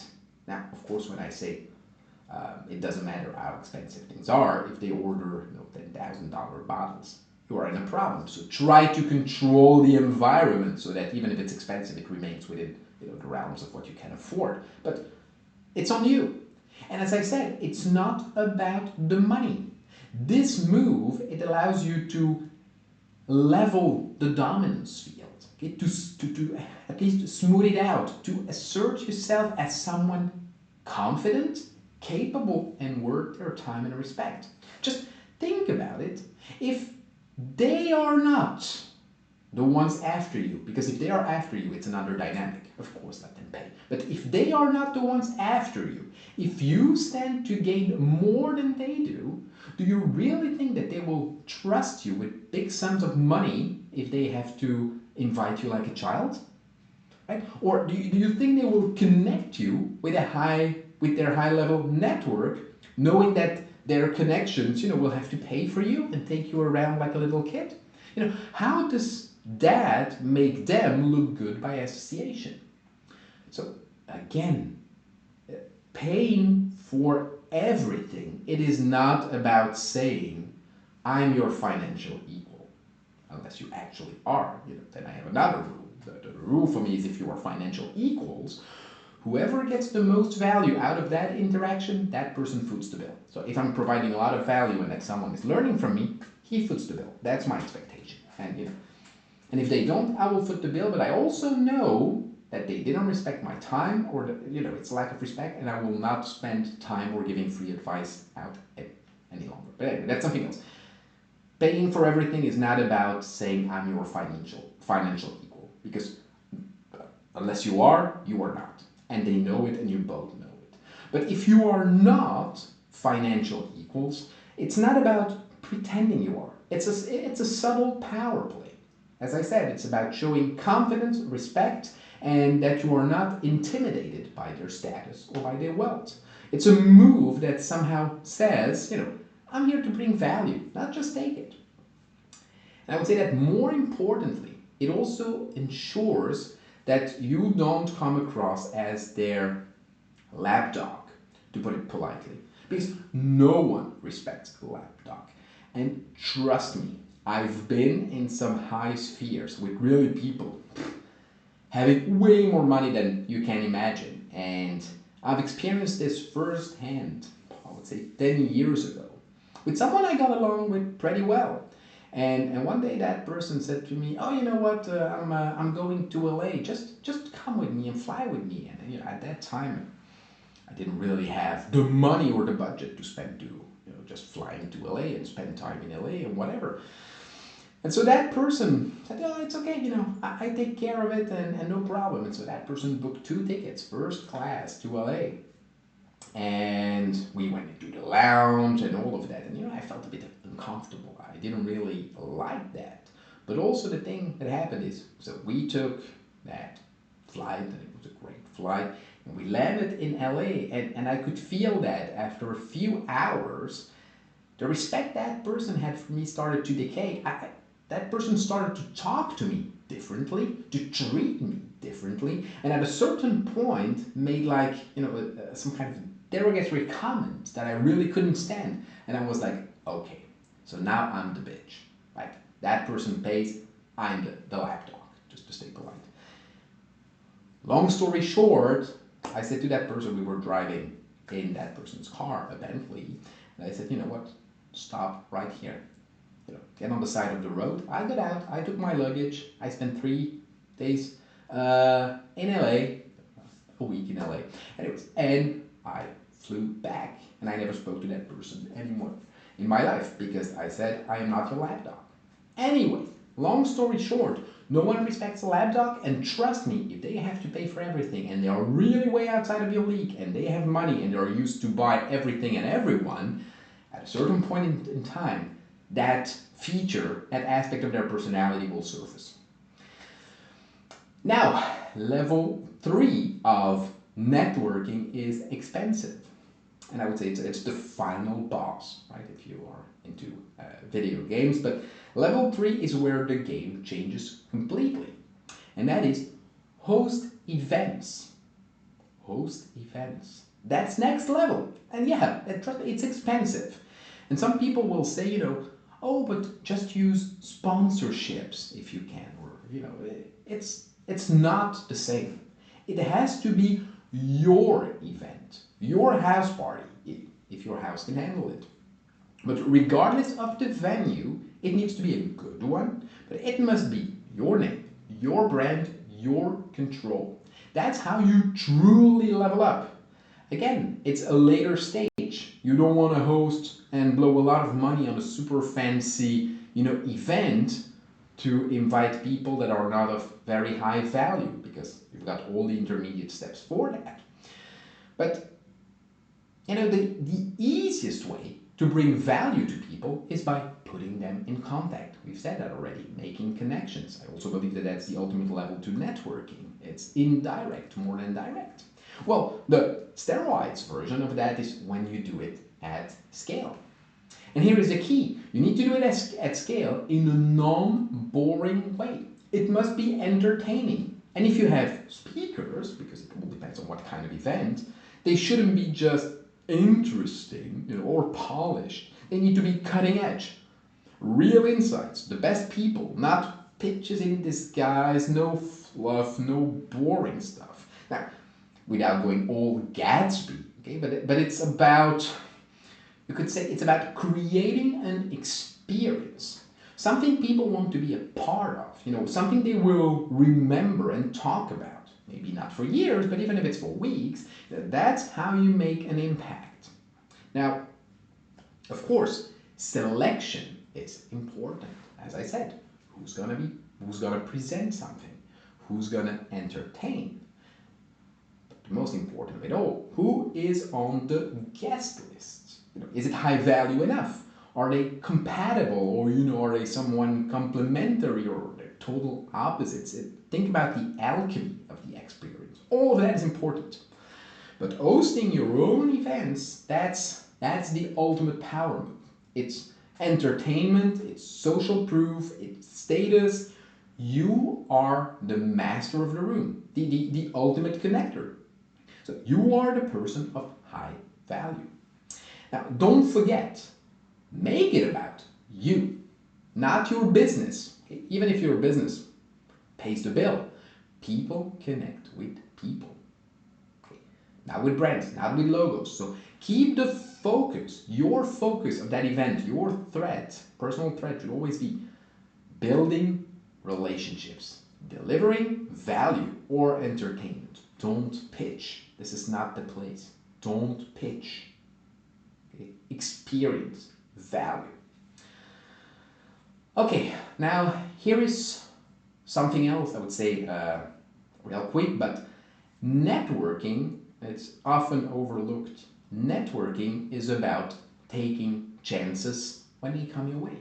So if someone, especially someone high value, says, hey, if you were around New York, or London or Bangalore on these dates, we might meet up.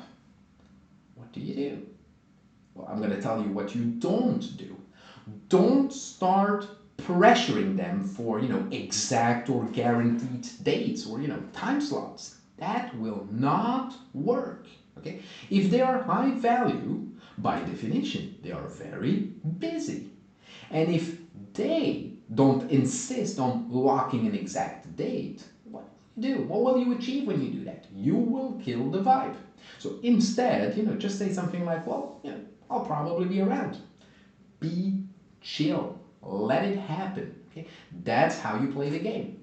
And of course, around that date, you drop them a short, WhatsApp audio, for example. Hey, Jane, you remember last time we met there, we were saying that you would be in New York around these dates. Well, good news, I'm in New York right now. Let's meet.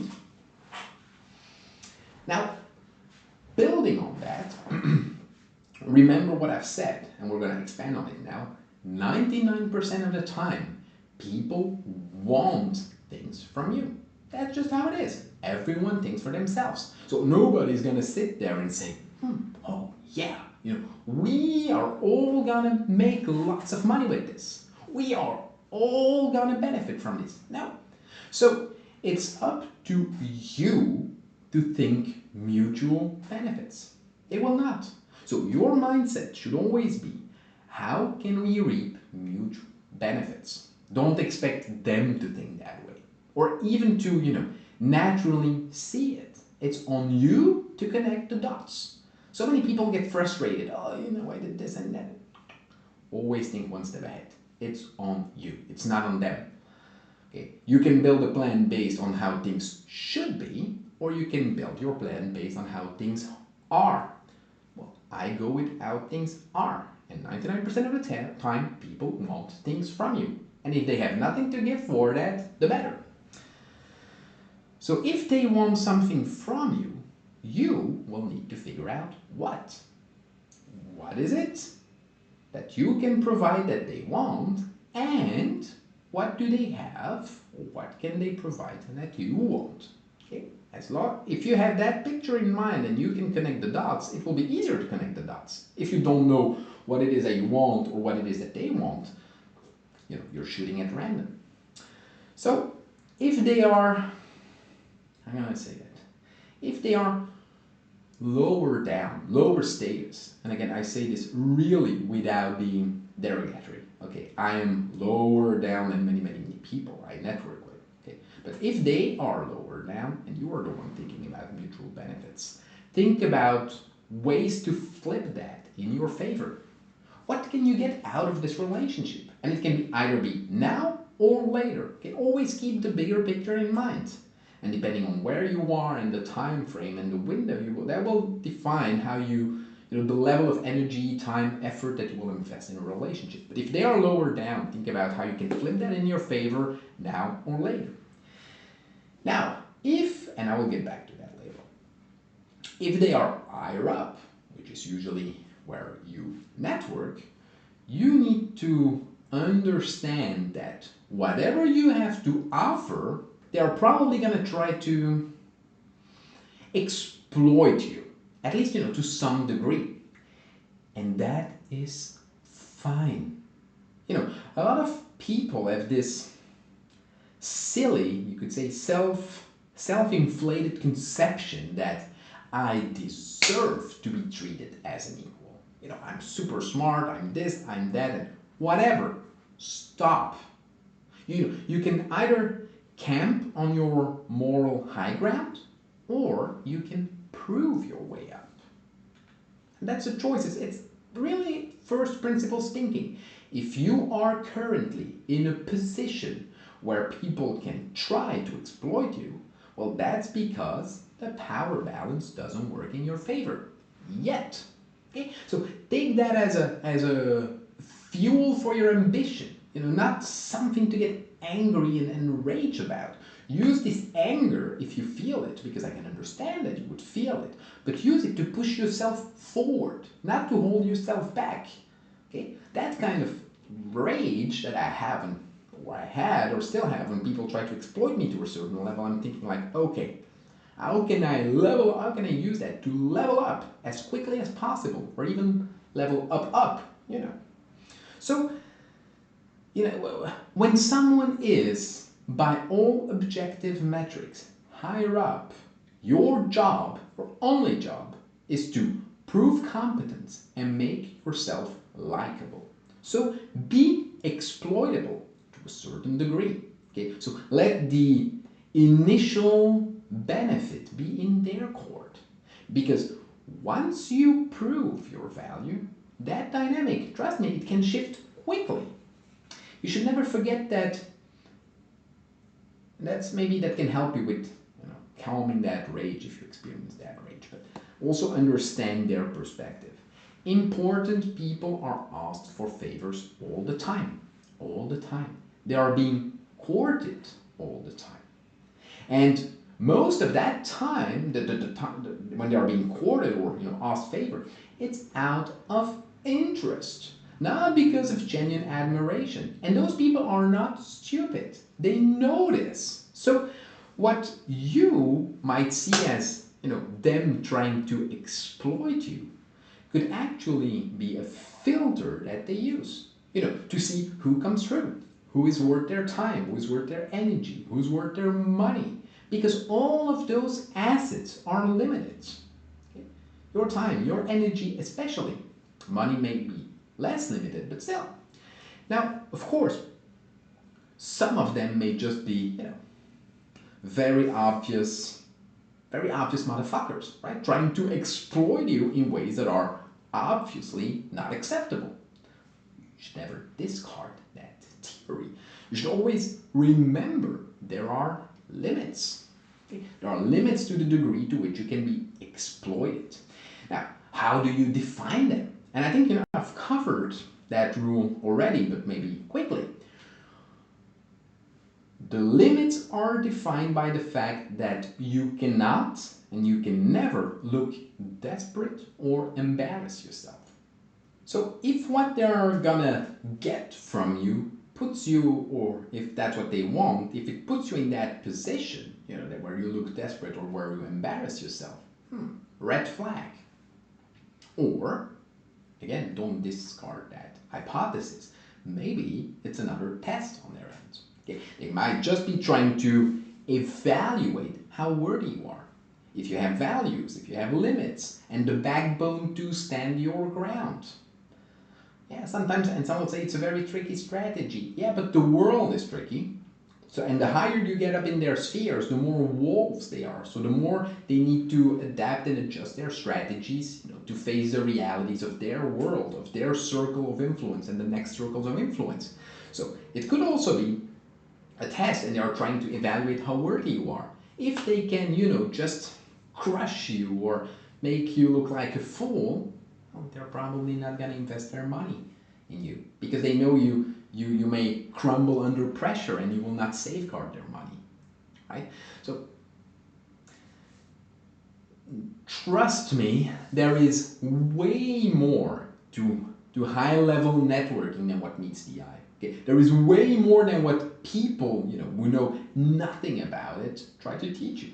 And that's also why I made this masterclass. And I think that this masterclass may give you a sense of that, or at least I hope so. And I still have a lot of things to cover. So now, let me tell you, because I also want to make it practical and actionable. So how do I approach this whole status imbalance, you know, or power imbalance thing? Next to we've covered what the limits are, but how do you approach that? And I have to say, I'm a bit less confronted to this these days compared to earlier in my career or even a few years back, but still. So how do you figure out, I would say, the level of value you should offer? Because your time is limited, right? Especially if you're trying to build something. You cannot give everyone the same amount of effort. So it's all about prioritizing and being strategic with your time, with your energy, with your effort. So the first thing that I do when I come in such a situation where there is a high power imbalance or status imbalance in networking, but I have a connection, the first thing I do is I run it through my mental filter. Because it's really easy to get caught, in the emotional aspect of it. Oh, they are that important, etc. Yes, but do they pass my 3 questions filter? And the first is, are they really above me or in status? Okay, they are. Great. Then the next question, because that's what I said, we often get emotionally caught into things. Are they really useful to me right now? And if not, unless it's a once-in-a-lifetime opportunity to impress that person, focus on your immediate priorities. Don't try to impress someone that might eventually, help you out 2 years further down the road. Try to nurture that relationship, but don't invest too much time, because whatever you will deliver right now will be forgotten in 2 years. So there is, everything you deliver has a lifetime value, and it decreases pretty quickly. Hence, again, be fast about things. So, are they really above me in status? Yes. Are they really useful for me right now? Okay. Question number 3 is, even if they are useful, how much do I stand to gain if I successfully leverage them? And so if the answer to that question is much, I stand to gain much if I successfully leverage them, and yes to the 2 before that, then if I want to network with somebody who's way above me, I never, ever approach them like just some random person, asking for their time, or like, they are a Hollywood rock star or whatever. I think about that person as my biggest customer. Okay? That's the mindset you need to get in. That person is my biggest customer. That one customer that drives 80% of my revenue. That important. And if you are going to do some favor or someone a favor, that person, go all in. Let me repeat that. Treat them as your biggest customer. And if you are gonna do that person a favor, go all in. You see, what most people do when they're trying to start some, you could say, give and take relationship with someone high value is they understand the dynamic to a certain point. So they either get into ass kissing and a lot of stuff that doesn't work, and we've got that already, or they understand that, I have to give some value. So they do a little bit for free. Like, here's a little free value for you. And then, they go like, oh, look, I gave him some value. I showed some goodwill, right? But that doesn't work. That doesn't work. They're not impressed with a little value. So what you need to do instead is, or what I do at least, is you reduce the number of small favors that don't move the needle, that don't serve you, and you go all in on the ones that really matter. On the ones that could really get you closer to your objectives. And so if you actually think the relationship is worth investing in, then treat it like you would if you were actually charging them for the work, and deliver that level of value. The reaction that you are aiming for is, something like, whoa, you did all this? I can't believe you did all of that for free. Right? Even if they don't vocalize it, that's the reaction you're aiming for. That's the moment when you could say you earn a little space in their crowded brain. That's how you stand out when you're technically below them. So you provide so much real value that they almost feel like they owe you a favor. A sidetrack to that, you see, we always talk, or many people talk about the law of reciprocity. I do them a favor and then I trick them in owing me a favor, which is overused, by the way. It used to work, but the reciprocity in its traditional sense has lost value. But for reciprocity to work with high-level people, there must be real value involved. Do that, provide that value, and they might reciprocate. And that's very important for you to realize. They might reciprocate. Hopefully now, or maybe in the future. Or at least they will remember you. Or, knowing the level of value that you can deliver, and you've proven yourself as someone sharp and trustworthy and all of that, they will also be much more willing to open doors for you, even if they don't act for you immediately. Remember, it's impossible to refer someone without putting your reputation on the line. So by delivering real value, you give them solid ground to feel, at peace about recommending you. And, honestly, anyone can play this game. It doesn't matter how far ahead someone seems. If you overwhelm them with real value, watch how fast doors can start opening. You may say, yeah, but Gaetan, isn't that conflicting with what you said at the beginning in trying to quantum jump? Of course, it is and it is not. It all depends. Sometimes you reach, it's more like an exponential, right? It's a logarithmic relationship. Sometimes you reach a certain level where even if people are way farther down the line, you can build enough leverage to make something out of it. But that's not, that's a whole other conversation. All right, so to summarize this whole point, yes, people will want things from you. It's normal. Don't complain. Okay? No one wants to hear, oh, yeah, but I'm super busy, especially if they are way busier than you are. So be positive, be confident, be enthusiastic. Look, I'm sure we can do great things together. I really believe we can do X, Y, Z. We're gonna take over the world. Blah blah blah. Keep the energy high, keep the vibe strong, keep that flywheel spinning. And maybe leave the "we're gonna take over the world" part out, at least at the beginning, right? Let the big talk come later, when it makes sense, when you've established some rapport, some relationship. Now, giving a lots of value, even if you prioritize, you run it through your filter, great. How do you make sure you don't get ripped off? We all know the stories, right?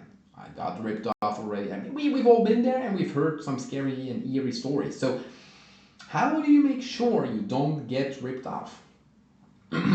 My quickest hack to this, and I've got other ones coming, but the quickest one is make sure people like you.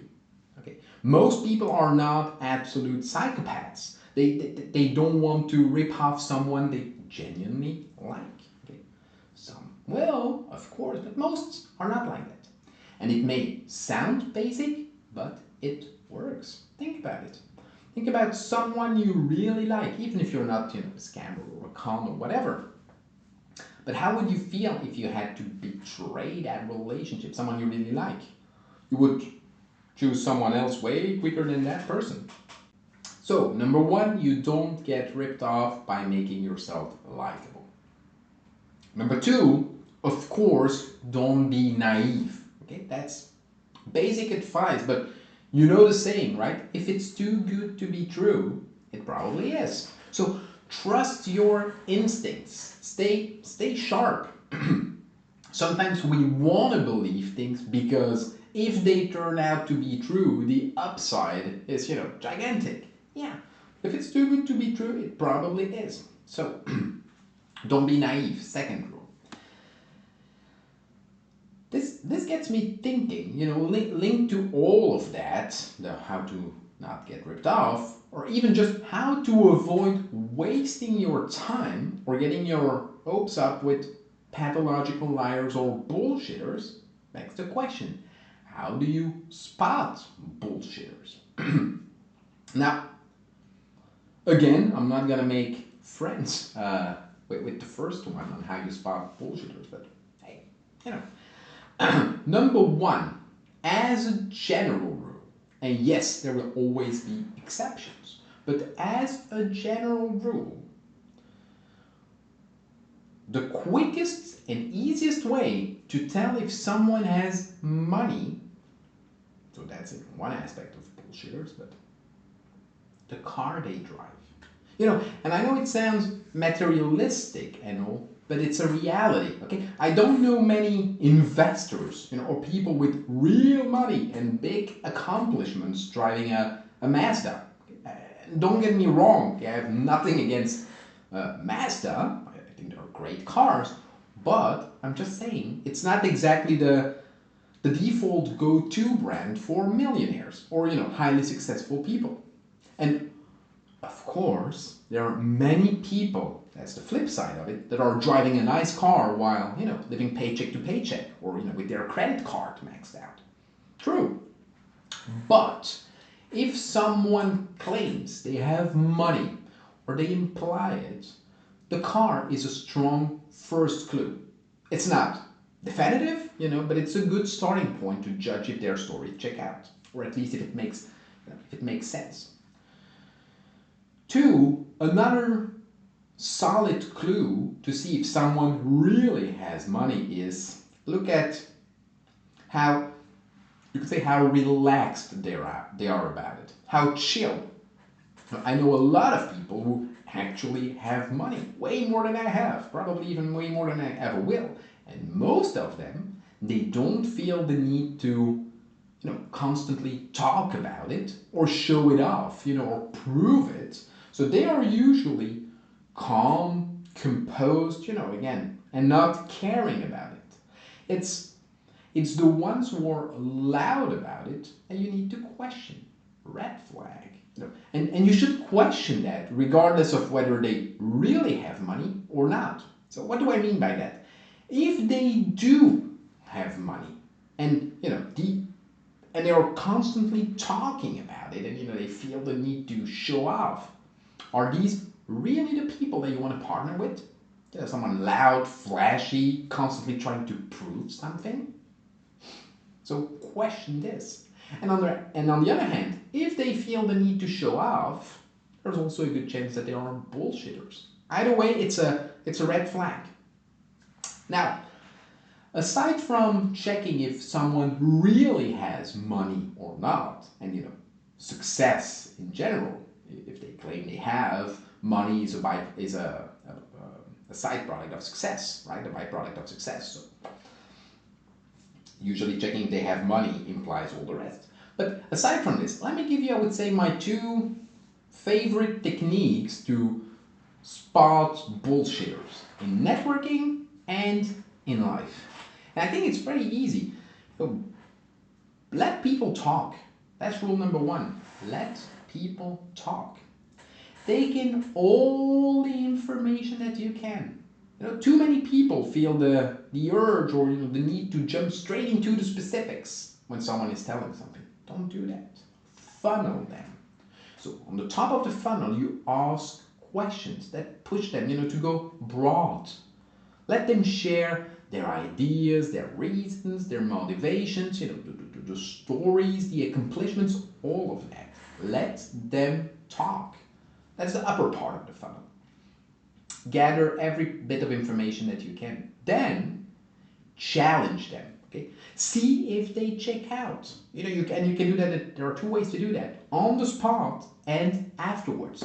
So what I mean by on the spot is, you know, challenge them by diving deep into the specifics, because now they've given you all the information. Now you can start connecting dots. That's why I say don't urge to jump into the specifics. Get a full picture. Push them to go as broadly as possible, and you start connecting dots.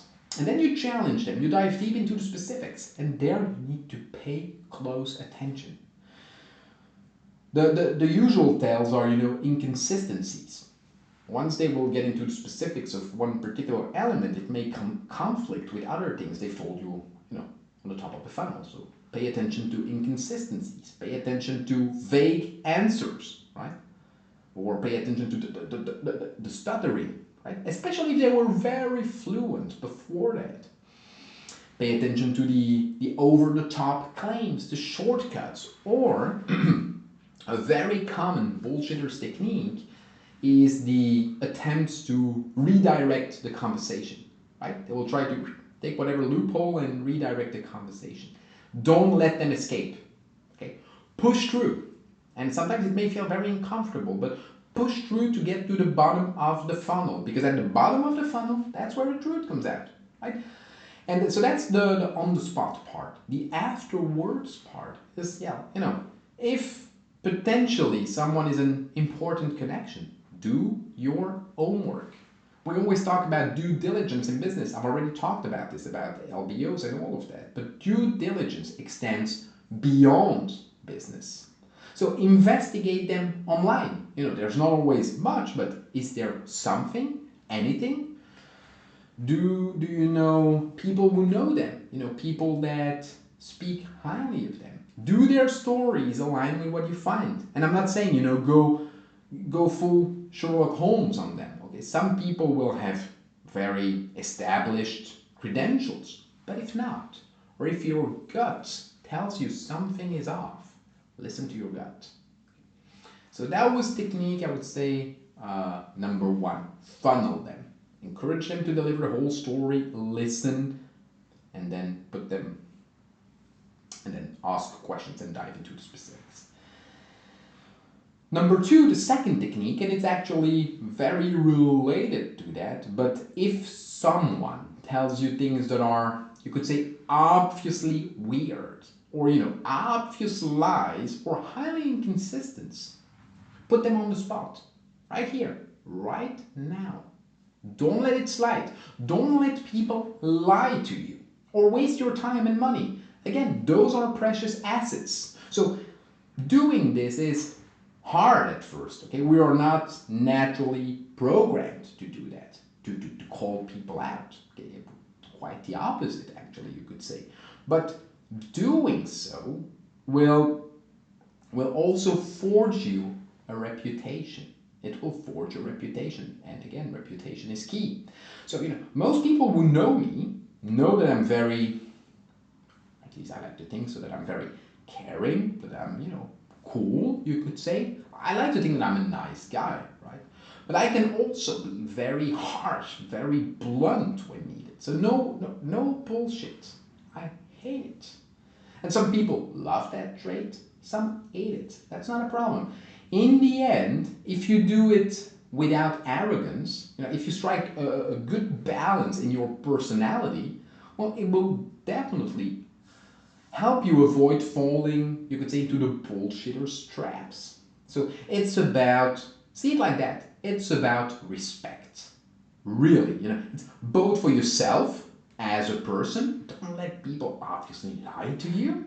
You know, that kind of things creeps in, and, you know, it tears apart your personality and your self-esteem. So respect yourself and respect your resources. The money, the time, and the energy that you're going to spend on bullshitter is money, time, and energy that you're not spending on your family, on your kids, on your spouse, whatever. It's about respect. Okay, now something else. I've already talked about, I think, parts of it. But when we think networking, what do we think instinctively? Up or down? Up, right? We think networking up. Most people are only interested in networking up, or, you know, horizontally at worst. But it's a wrong mindset. You can do a lot of networking down. There are plenty of people out there that are just, you could say, waiting for a chance, and that are also worth that chance. Now, understand when I say networking down, what I'm not saying is that you should proactively pursue that. You should not proactively network down. But as you grow, many people will naturally come to you, okay? Because you grow, they are networking up, right? They are doing what you're trying to do. And I've seen the shift. Since I started posting content online, I'm being networked all the time. So it's all about recognizing and leveraging those opportunities. Now, let me give you a very simple example. You have acquired some experience, you know, when people start reaching out to you, or, you know, looking up to you. Maybe, I don't know, college dropouts with a lot of energy are asking for your advice. It sounds so cliche. When I heard people talk about that in videos, I was like, Does that really happen in life? I can tell you it does, because it's happening to me. So people start reaching out to you, looking up to you, and let's say a college dropout or whatever with a lot of energy is asking you for advice. You want to make some money? Well, find someone, and it's very basic what I'm about to say, it's an example, but find someone who's willing to pay you, I don't know, 1,000 euros for something, and then find someone who's eager to learn, you know, someone you can mentor, someone you can teach things, and who's willing to do it for 600 euros. So you pocket the difference.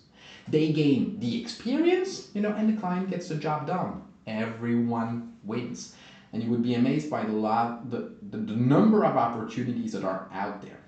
Now, again, this is a simplified example, but it's just, you know, to give you the gist. The difference that you pocket is also the time that you spend investing in them. But it's the concept that matters. Okay? Leverage your experience, connect the dots, connect your network, and create value for everyone involved. And this is not about exploiting people, okay? Remember what we've said about that, by the way. But in this case, it's about leveling them up. Okay? It's about teaching them skills. It's about networking down and raising them. So the best out of these people, well, they might be your partner tomorrow. You know, maybe if they're really, really good, they will open doors for you in the future, or they will invest in your next idea 10 years down the road, or be your boss, okay? So I'm not gonna spend hours on this, but as someone who gets reached out to, again, a lot lately, let me give you again 2 tips, because again, your time is precious. So you cannot divide it amongst everyone who's networking with you, trying to network up. So when you network down, vet them. Okay? If you're at a stage where you think you can partner up with people, you can mentor them, you can teach them things, great. That expands your network. It's an investment. Vet them. Make sure that they're competent. Make sure that they are worth your time and energy. Basically, you know, the short version, when someone wants to connect with me, and I think, okay, there might be some synergy there, I usually say something like, you know, yeah, you know, maybe we can work together sometime. Have you heard about XYZ? Whatever that is, agents, blah, blah, blah. Yes, right? Email me about it. This, and by the way, I use this as step 1 for any recruitments. Whenever I had to recruit someone and I get resumes in, you know, we get 200 CVs or whatever, step 1, ask a very specific question and see who replies. You will see that already 90% of the people that were on your first shortlist will not invest time, will not reply. So this, when you do that, it tests how much effort they are willing to put in. It forces them to validate themselves, right? Many people, I get so many emails, people asking me to invest time or money or energy without anything obvious in it for me, without even, you can read from their messages that they don't even really know me or haven't, you know, looked past 1 or 2 or 3 of my posts, right? So step 1, vet them. Hey, you know, maybe we can work together sometime. Have you heard about XYZ, whatever is important? Yes? Well, email me about it. Number 2, once you've done that, and when you find good ones, or even you could say just the ones that are willing to put in the effort, and trust me, again, it's not most of them, 5%, you know, if you actually factor in the actual quality of the effort that they put in. But when you find good ones, figure out how to motivate them to work for you. Now again, I'm a great believer of, you know, no cure, no pay. That's how I started learning sales when I was 15. Okay, but that's a story for another day. But no cure, no pay is a great model. If you don't exploit people, okay, if the cure is worth the pay, or if the pay is worth the cure. By the way, something you can also do, something here right now, is guide them to generate value, to network your way up. Okay, use them as assistants or whatever. You know, they will learn a lot, they will rise with you, and it's a win-win model if done right. They can put a few hours a week to do very specific tasks you've asked them to, you know, provide value to very specific people. So you give them the guidance, you give them feedback, you use their raw material, work on it together. You know, it's a win-win when you do it right. Okay, so as with all of my videos, this is getting longer than expected. So I would say there are still 3 big topics that I would like to cover. But I'll just give you, you know, highlights on these topics. I cannot turn this into an in-depth course, although I think by now it probably is. So what are those topics? Number 1, how to cold approach a stranger at a networking event, even if I don't suggest that, or anywhere, you know, at the airport, at you know, the hotel lobby, literally anywhere. Second topic will be LinkedIn, the digital world, you know, it's critical. And the third topic will be your system. So let me start by quickly giving you the basics of cold approaching people. And I don't know if I should say quickly because, you know, I don't believe myself when I say it. Anyway, I've said this before, and so I will say it again. Train, train, train. Especially in those low pressure interactions. Talk to everyone, everywhere. Okay? The cashier, the intern, the barista, if you go to Starbucks, the janitor, the waiter, everyone. Ask questions, learn about them, and make that a habit. Make it a habit. It's like a muscle. The more you train it, the stronger it gets. The more natural you become. And this is the best and also the surest way to remove that fear, because that's what it is, and to create natural connections. And before I move on with a few acts, let me say this. Don't listen to the fuckers who say that techniques are manipulation. Okay? It's about genuine human connection in a disconnected world. That's what I say. Now, the first act, you could say the second one, first act being train, train, train. The second act, of cold approaching strangers, take it as a given. You know, or as we say in sales, assume the sale. And this is a fundamental mindset shift that you need to operate. Assume that people want to talk to you.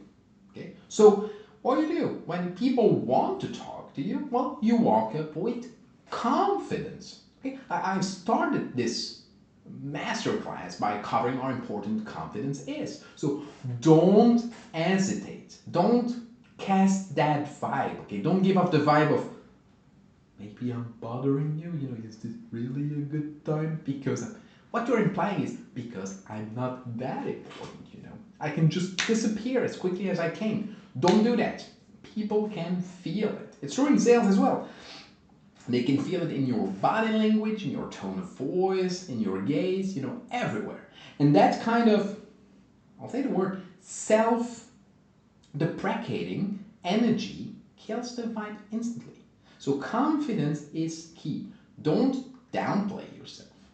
Take it as a given. Assume the sale. So be confident. You know, you walk up to them like it's natural, like you know they already want to talk to you. That energy, it's contagious. So that's first thing. How do you do that? Something, I think the best trick I can give you is start mid-sentence about something relevant in your share environment. So, I don't know, if you are at a networking event, which I will repeat it again, I don't especially recommend, but you're at a networking event, you could say something like, these appetizers are, you know, surprisingly good for an event this size. You know, or if you're at the airport, on a flight, you know, something like, looks like we're in for a long day. And then, you know, you pause and you just casually add, I'm Gaetan, by the way. Okay. The key is avoid overthinking, or something else we've seen, rehearsing complex, awkward, outdated icebreakers from the gurus. And it's the same with seduction, right? Don't come in with some convoluted stuff or pattern interrupts. Or simplicity works best. Start mid-sentence about something relevant in your shared environment. Keep it natural. Keep it casual. You let the conversation flow. And that bypasses the, how would you say that? The awkward stranger alert that comes in people's mind. Okay, we've all been there, right? Thinking, who's this lunatic? Now, there is not one formula, but the solid basis is, I noticed that, and then you point to something about the immediate environment. You ask a question. Have you? And you ask a relevant question. Okay, it's simple. It's natural, and that just keeps the focus on that shared moment. The key is make it easy for them to engage. Next hack, body language. And body language as a whole could easily be a 30-hour course. So let me focus on what I think is the most important for cold approaching strangers. And we all hate that, by the way, but it's an important nuance. Cold approaching. Okay, cold approaching. Why is that important? Because yes, you need to inspire confidence. Okay, I said that. But there is one thing that you cannot, and you cannot come across as a big alpha male or alpha female, especially if you are interacting with men and you are a woman, right? That will impress them. So you cannot come across as a big alpha, whatever gender. And the meaning of that is, there are enough great books on evolutionary psychology and body language and all of that, but at the end of the day, whether we like it or not, we humans are still animals. So our evolutionary brains, you could say, they haven't caught up with the modern world yet. Okay. I know we like to think so, but it's not. So subconsciously, our first reflex is always to scan for danger. That's the primal function of the brain. Primal. I don't say primary, primal. So our first reflex is to translate direct eye contact from strangers as potential aggression incoming. Okay. It's hardwired into us. Okay, it's a survival instinct. Be cautious of this. What that means is that when you cold approach someone, you need to mind your body language. So you usually position yourself slightly to the side rather than, directly face to face. Now, I'm not saying walk like a crab, okay, but try to not approach them like face to face. Consciously, it feels confrontational. So if you come and you position yourself slightly to the side, well, it's less confrontational. Look, I would say that's one, when you approach. Then look in their general direction, but don't stare, intensely into their eyes. At least not right away. And of course, once you've established rapport, right, normal eye contact, that becomes natural and appropriate. Okay, the contrary would be weird. But it's all about easing into the interaction. Now, nothing that's overlooked or underlooked, I don't know, your smile. Okay? It's crucial. The smile signals, I'm a friend, not a threat. Okay? So maintain that friendly smile, especially if you are a man approaching a woman. Don't try to play, the mysterious dark knight. It's not the vibe, it signals a threat. Now that's the overlooked part of the smile. But the thing that's important, and as with everything, you need to strike a balance. So over smiling or smiling constantly, well, that can make you come across as submissive, as dominated, especially if you have like an alpha male on the other side of the interaction. And it has been documented a lot. It's evolutionary psychology at play. Over smiling or smiling constantly, especially if you have an alpha, submissive, dominated. Or the flip side of it, it can just make you look as a complete moron. Okay? Either options are not what you want. But as an opener, a friendly, natural smile works wonders. Magic. Now, on top of that, your hands. Keep your hands visible and keep your posture open. Not crossed, not defensive. I know it's basic body language, but hands visible. Well, that subconsciously signals like, I'm no threat. I have nothing to hide.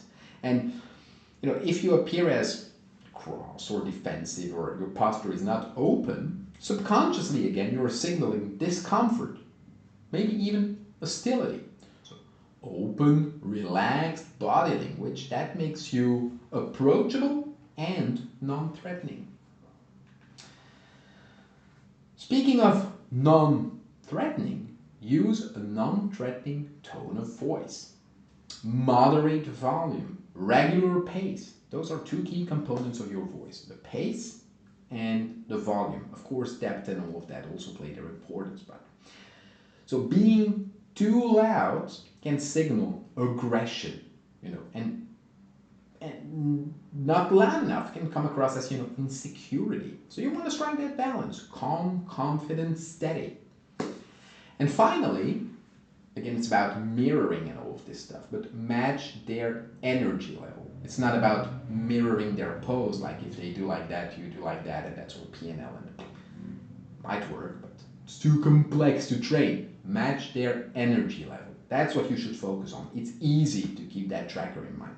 So once you've established the contact, I think it's one of the easiest ways to build rapport naturally. Energy is contagious. Match their energy. Which makes me think of a big mistake talking about all of that. It is using sarcasm too early in the relationship, especially with women. Okay, and I know it's not the most inclusive thing to say, but I think it's true. Okay, you can argue with me about it, or just go out, test it, and verify for yourself, and then we can talk.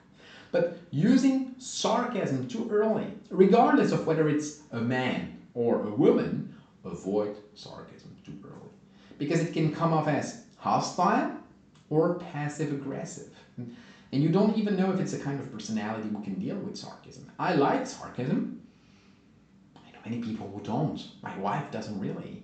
She even nowadays, when I'm being sarcastic with her, she still feels like a bit attacked.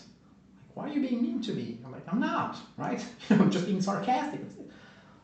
It's to make fun, but very dangerous sarcasm. Unless you've spotted that it's someone that likes it, can play in your favor, but can also, backfire. Remember that the primitive brain is kicking in first. Again, hexa brain, my masterclass, neuroscience and all of that. Go and look at it. But the primitive brain is trying to assess safety way before the logical brain gets involved. So keep it light, keep it friendly, keep it chill, non-threatening at first. Well, non-threatening all the time, but I mean light, friendly, and chill. 4, because that was for body language. So now the next hack is, how do you become interesting quickly? Remember, we're talking about cold approaching strangers. So now you've engaged mid-sentence, your body language is okay, you're trying to build some rapport. Now, how do you become interesting quickly? And the trick is, now that you have established that contact, you need to move beyond small talk to something more engaging within 30 to 60 seconds. That's the time window that you have. You establish contact, and you need to move beyond small talk in 30 to 60 seconds. And if you don't, it will start to feel awkward. Okay, so we've all been there. Okay, I think you know the feeling. Just think about it. Take a moment, pause this video. Try to remember that awkward moment where you engaged with someone or someone engaged with you, and you were like, okay, now what? Okay, so that's awful, vibe killer. Don't let it happen. So how do you do that? How do you build that bridge, you could say? Well, I'm going to give you a few tricks here. Of course, there are many others, but let's start with some good ones. So One way to do that is share something unique but relatable about yourself. So I don't know, depending on the vibe, you could say like you're at the airport. You could say, you know, I just got back from Dubai for business. And the contrast with London weather is incredible. This is interesting enough, and it gives them many things to jump on, right? They can jump on Dubai. They can jump on the business aspect. Oh, business, really? What kind of business? They can jump on the London. Or, you know, if all else fail, they can jump on the classic fallback, the weather. Okay, so I'm not saying over-engineer it, but the idea is share something unique, relatable, and ideally something that opens multiple paths for the conversation to flow naturally.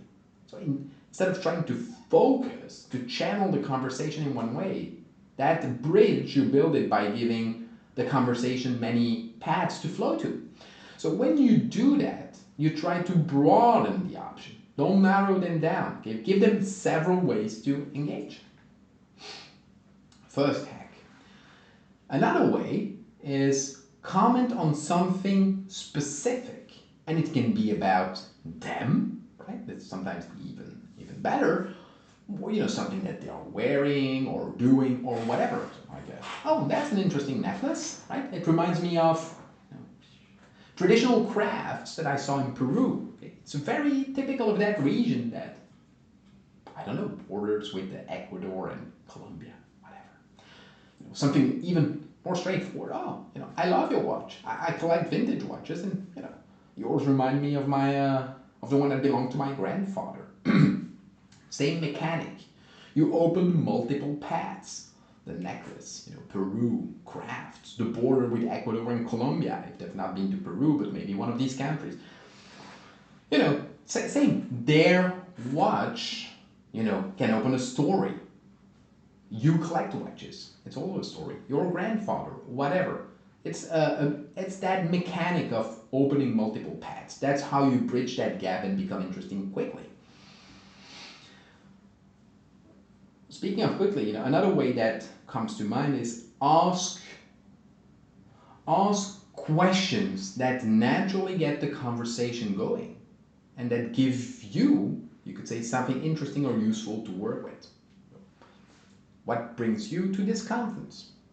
Okay, that maybe you're not narrowing it down, but if you both are at the conference, there is a reason why they are there. It could be personal, could be work related, whatever.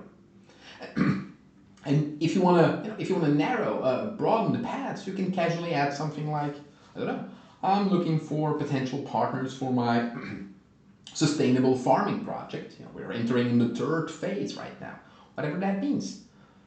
You give them one thing to jump on, okay, potential partners, maybe they are sustainable farming project, interesting. We're in the third phase, okay, maybe there is a money component to that, there is something interesting, because that means, you know, you're already further down the road. You know, or what brings you here? You know, and then you can say, I'm looking for small and medium businesses to acquire or invest in. Again, very good mechanic. But the rule is simple. The conversation needs depth. Okay? So to continue beyond the initial exchange. So if it stays surface level, it will die out fast. So your goal is to create a hook that makes them want to continue that conversation. Maybe the hooks I gave you were not the best ones, but you get the idea. It's all about finding that balance between being interesting and not dominating the conversation. Because this is where most, I would say, approaches fail. They stay stuck in the small talk for too long, and so they lose momentum. So keep it engaging, but don't overdo it. Number 5, I think, next act is what I call the confident space. So if you want to know what I believe to be the number one difference between amateurs, you know, rookies, and naturals, it is that naturals don't fear silence. They know how and when to pause. And again, if you are acquainted with sales, this is something that comes back over and over, and people take it as, oh yeah, obvious. Not that obvious. Many people know it. There is a difference between knowing and doing. And then again, there is a difference between doing and knowing how to do it correctly. So naturals master the art to pause. So after you say something, wait. Just wait.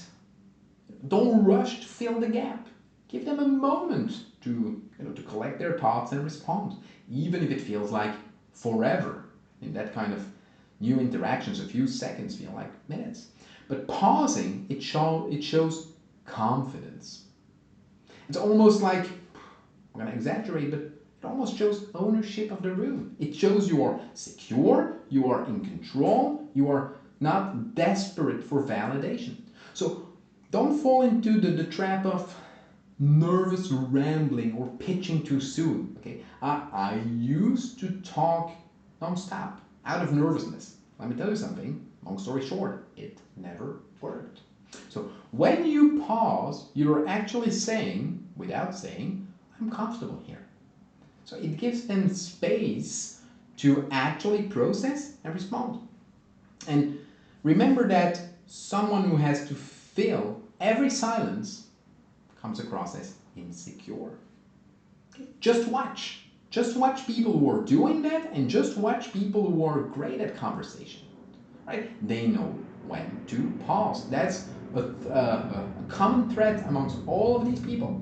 So this one hack, this one trick, I can tell you, it has completely changed how I interact with people. And sometimes lounging that pause, as I said, it gives them space and time to process and respond, but sometimes they even feel, a bit insecure, so that power imbalance now starts to work in your favor. You're subtly proving something. It's meta communication. You're proving your status because now they feel a bit awkward, they feel a bit uncomfortable. Okay, so of course you don't need to repeat that over and over and over. People don't like that feeling when it's a sustained one. They don't like the idea of being grilled by a police officer in some Mexico police station, okay? But you get the idea. So try it out. Practice it consciously until it just becomes second nature. And at first, I can tell you, it will feel awkward. But over time, it will just become part of how you naturally communicate. So that's it for the quickly approaching strangers. And there are many other techniques, hacks that I could give you, but start with this. Start with this. Just go out and do it. You will see how well it works. And what I've just shared works across all contexts. Professional, social, with your friends and all, romantic, romantic advice and dating advice, and oh my god, it maybe used to work in some years. So understand this, that called the ability, I will put it that way, the ability to connect with strangers is becoming increasingly rare. It has always been kind of scarce, but now it's like extremely rare. But that's something rare is something incredibly valuable. That's what makes that ability incredibly valuable. We humans are wired for connection, but we've been trained for isolation. Okay, so social media and all of that. So every meaningful relationship in your life started with someone being brave enough to say hello. So just do it. The only failure is not trying. Low pressure interactions first, build your way up. Next topic, LinkedIn.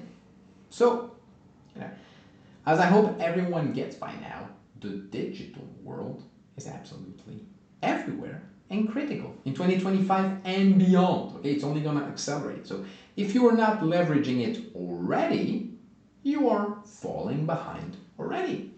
But when it comes to networking, I would say let me focus on LinkedIn.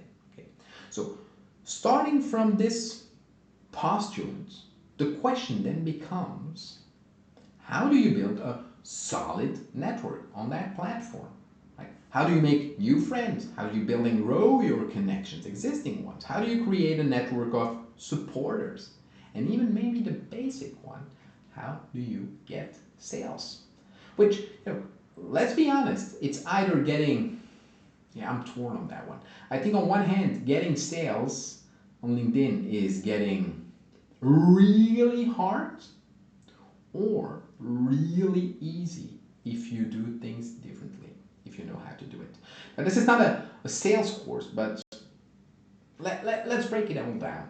And by the way, LinkedIn is a strategy that I recommend for anyone, but maybe even more so if you're just starting out, or if you have a main job, for example.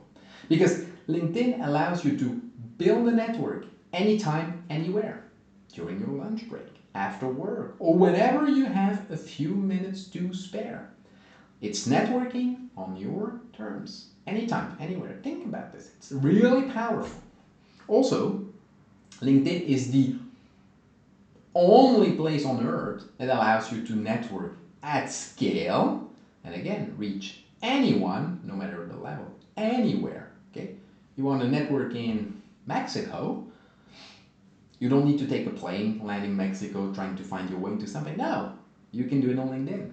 Even people that are actually or usually far out of reach. So with the right leverage strategy, these kind of people might just be a few clicks away. Now, of course, at the end of the day, as I said, it all comes back to, or comes down to the exchange of value. But they are within reach. Okay, you can potentially reach anyone. Okay, but you have to bring something to the table. So, LinkedIn hacks. So in a nutshell, I would say that being successful on LinkedIn and networking on LinkedIn all boils down to this general rule that you can print and put in front of you in your office. Make engaging your number one priority. What does that mean? What are the different dimensions of engagement? Connecting, sending DMs, so direct messages, like texting people, creating content, that's a tricky one, but it's a very good one, and commenting. And there is a reason why I put creating content before commenting. Now, let me start with connecting, okay? Connecting with people. The first thing that you need to do, but that's valid for LinkedIn or for any kind of networking, is you need to define who your ideal network is. What kind of people, what kind of profile. And so it's very important to define that based on a few things. The first thing is, where are you right now? Where you are right now is the starting place. 2, what are the next steps that you want to take in life, business, career, okay, in your career? And 3, what are your ultimate objectives? So you start from where you are, okay? What are the next immediate steps that you want to take? What is the ultimate objective? Okay? And don't take this lightly. Okay? Don't just add people at random. Sit down, define your strategy, and revisit that strategy regularly. So I'm not going to go over details of how to do that. I've already given you the key questions to think about, but take the time to do it right. Because if you don't, you will waste a lot of time, energy, and effort, and it won't move the needle at all or fast enough, and so it will really, burn you out. So just like in sales and marketing, you have those ICPs, right? The ideal customer profiles. We're talking about ideal, not average. In sales and marketing, you got those ideal networking customer profiles. A good networking strategy requires ideal networking profiles. So if you need more help, on defining your ideal network or networking profiles, just look at good resources on defining your ICP, right? Defining your ideal customer profile. I think that the principles and the questions that you need to answer for building that sales and marketing profile are kind of similar. And of course you can adapt them to your networking strategy, but I think it's a great starting point. But the basic idea is, if you want to be successful at going after something, anything, you first need to clearly define what it is. Clarity is the backbone of any effective strategy. Of course, again, your ideal network profile, they will redefine themselves as you go. But for now, I would say focus on your ideal 2 to 3 next circles of influence. Okay, don't worry about circle 14 or 33 yet. Okay? Start somewhere where you are right now and then build step by step.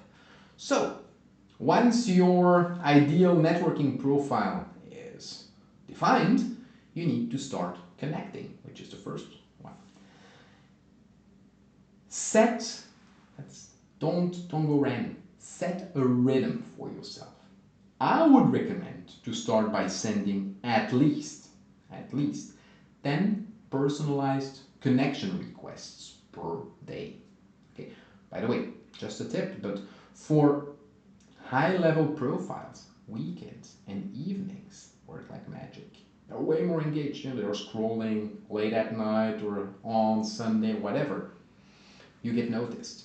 Now, when I say 10 personalized connection requests per day, I mean actually personalized. Okay, not, I could give you so many examples on the top of my head because I get so many on a daily basis. Okay, don't go with generic crap like, we both know Jane Smith, that actually you don't really know or never speak to. We both know Jane Smith, seems like natural we connect. Really? Does it? I mean, everyone says that, or just shit like that. People see right through it. So take the time to make it real or don't do it. And if you need to start with 5 personalized requests a day, start with that and work your way up once you get, used to doing that. But go with something like, I don't know, I'm going to sound crappy again, but something like, hey John, I saw the comment you left on Jane's post. I really enjoyed it. Looks like you're doing some interesting things. Cheers. Not ideal. Maybe I'm going to argue against myself, but depending on your current profile, and of course optimize your profile. I'm jumping from one thing to another, but optimize your profile. Good picture, good description, good title, a good header. Look at how to optimize a LinkedIn profile.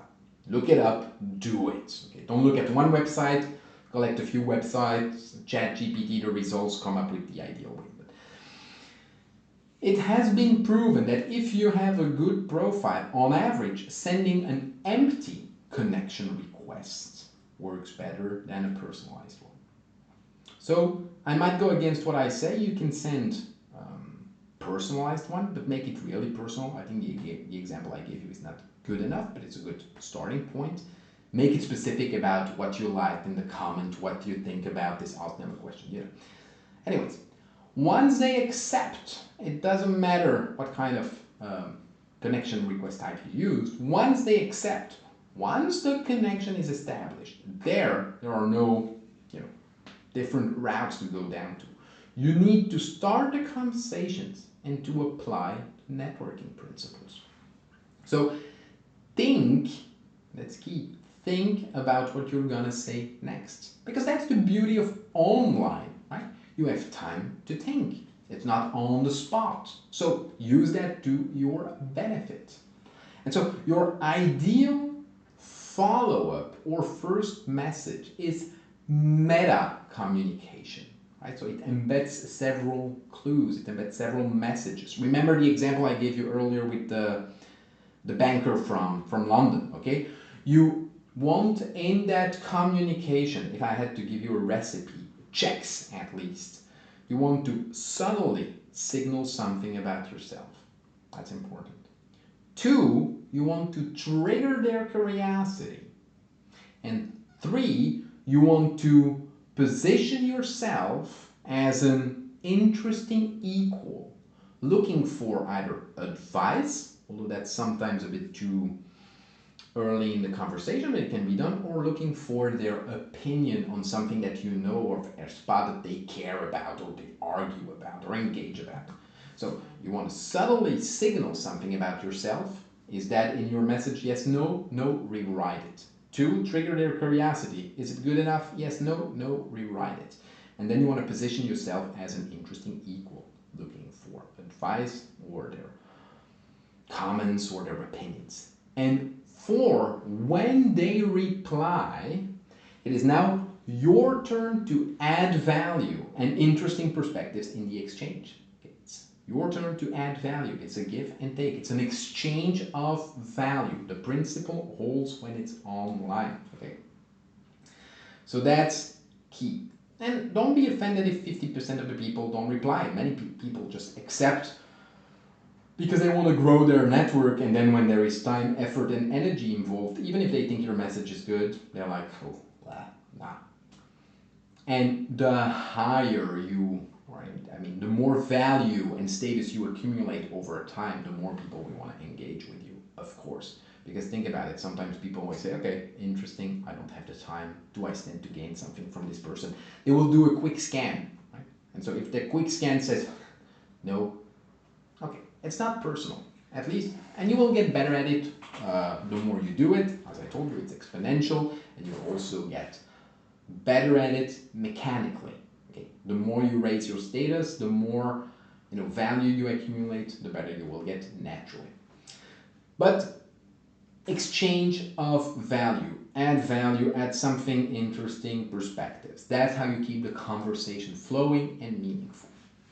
Okay, so that's for connecting. Set an objective for yourself, set a rhythm. Next, sending DMs. Okay, because that's part of what we said, but now that we've connected and then with this conversation, and here I'm gonna shock a few people, but I would say try to aim for 20 DMs per day. Ideally 50 DMs, if you're starting out, of course. At a certain point in time, you don't have the time to do that, but 20 is something good to aim for. If you are, already kind of advanced. If you're really starting out, 50 DMs, but not spam, okay? Not spam. Seems obvious, but exchange of value. Now, why DMs? Why sending DMs? Well, I think there are several reasons, and the first of all is obvious, but the only way to build real connections is by actually engaging with people. Sometimes I get that question, I want to build a network, I want to build this and that, and but that's a lot of DMs. But how are you going to build a network? And a network means real connections. How are you going to build real connections over time if you don't actually engage with people? And the more people you engage with, talk to, it's like a funnel. The more you will naturally figure out the ones who can get to the next level of relationship with.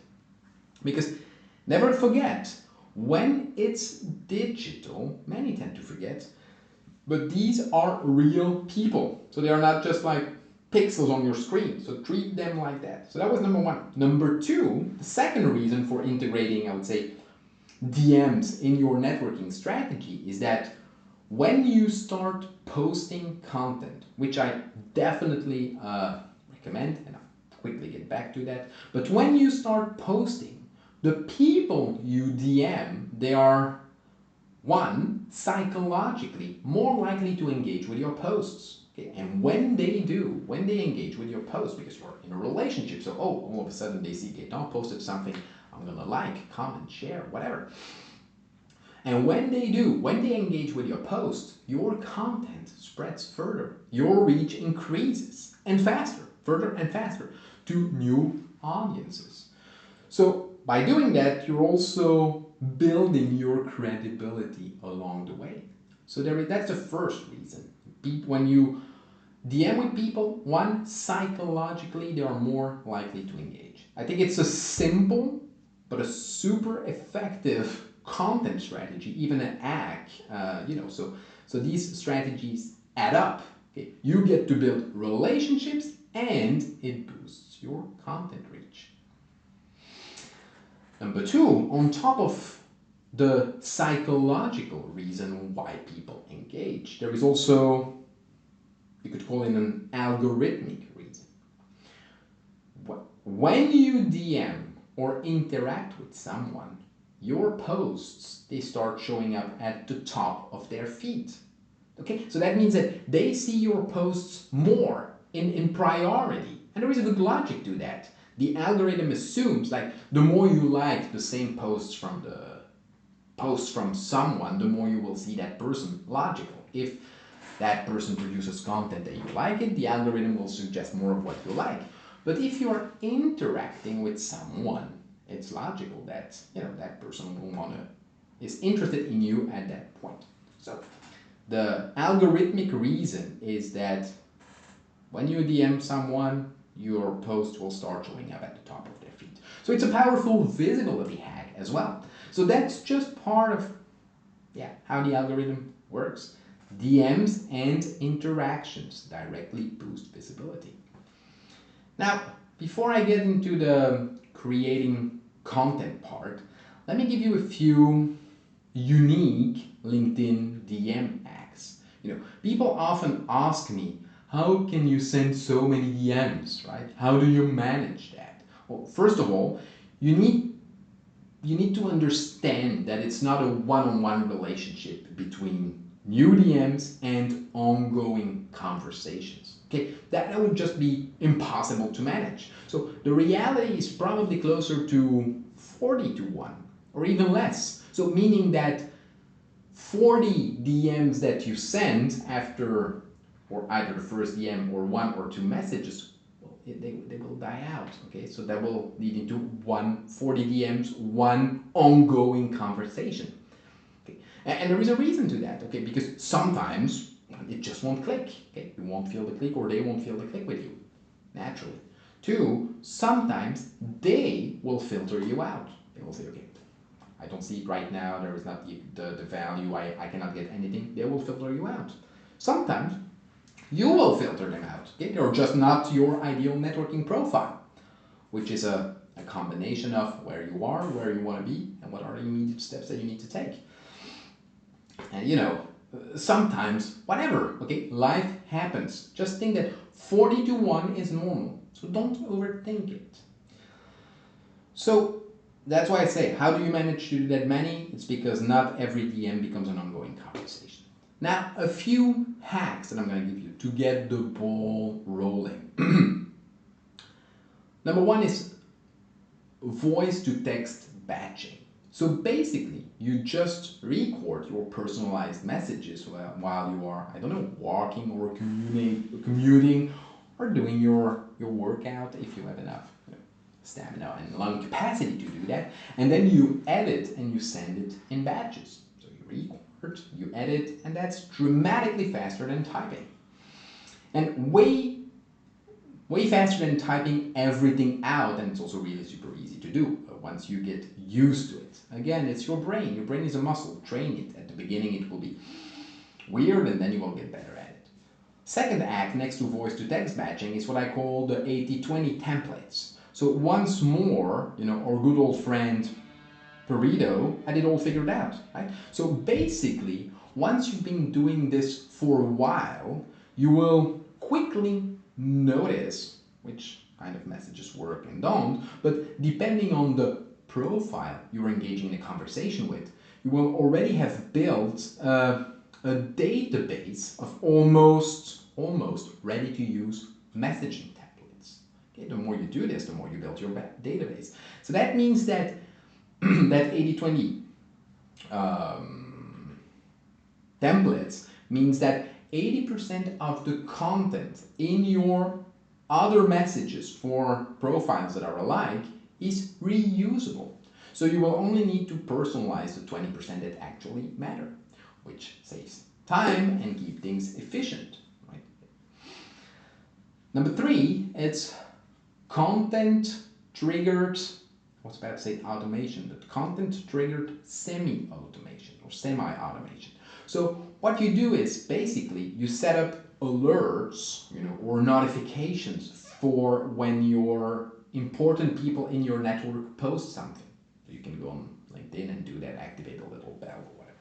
So then, of course, depending on the depth of the content, you can either DM them something thoughtful about their content, or you can simply jump in with a thoughtful, value-adding comment on that post, which is something that I will cover later on. So This strategy, that content-triggered semi-automation, means that, okay, it makes it feel timely, not random, not, oh, I just had to do it. And it shows also that you are paying attention. So for the important ones, because you don't want to be bombarded with notifications whenever anyone posts. So for the most important ones, and if they post, just activate that notification. And of course, there are many other hacks for this. So okay, one is send voice DMs, for example. So once you get good at those, it's way faster, it's more authentic, and it's also really differentiating. So you take your phone and you record a quick voice DM. Maybe a last one. I think that the real key to keep the conversation going, and yeah, I've kind of said this before, but I call this the genuine question close. So not closing in the sense of sales, but always end your message with a specific question about their work, that shows that you've actually done your own work. So it makes especially in the first initial conversation, it makes a huge difference and it gets way more responses. Okay? So remember, DMs, so direct messages, are just like real life networking. Everyone is trying to figure out, is this worth my time? Well, you already know what the universal motivators are. So if that person is worth your time, build a strategy and make it worth theirs. It's key to understand. Okay. Now, quickly, next on is creating content. And that's really next level engagement. I think it's probably the ultimate level of engagement. Now, just because you go down that route doesn't mean that you should skip all the other stuff.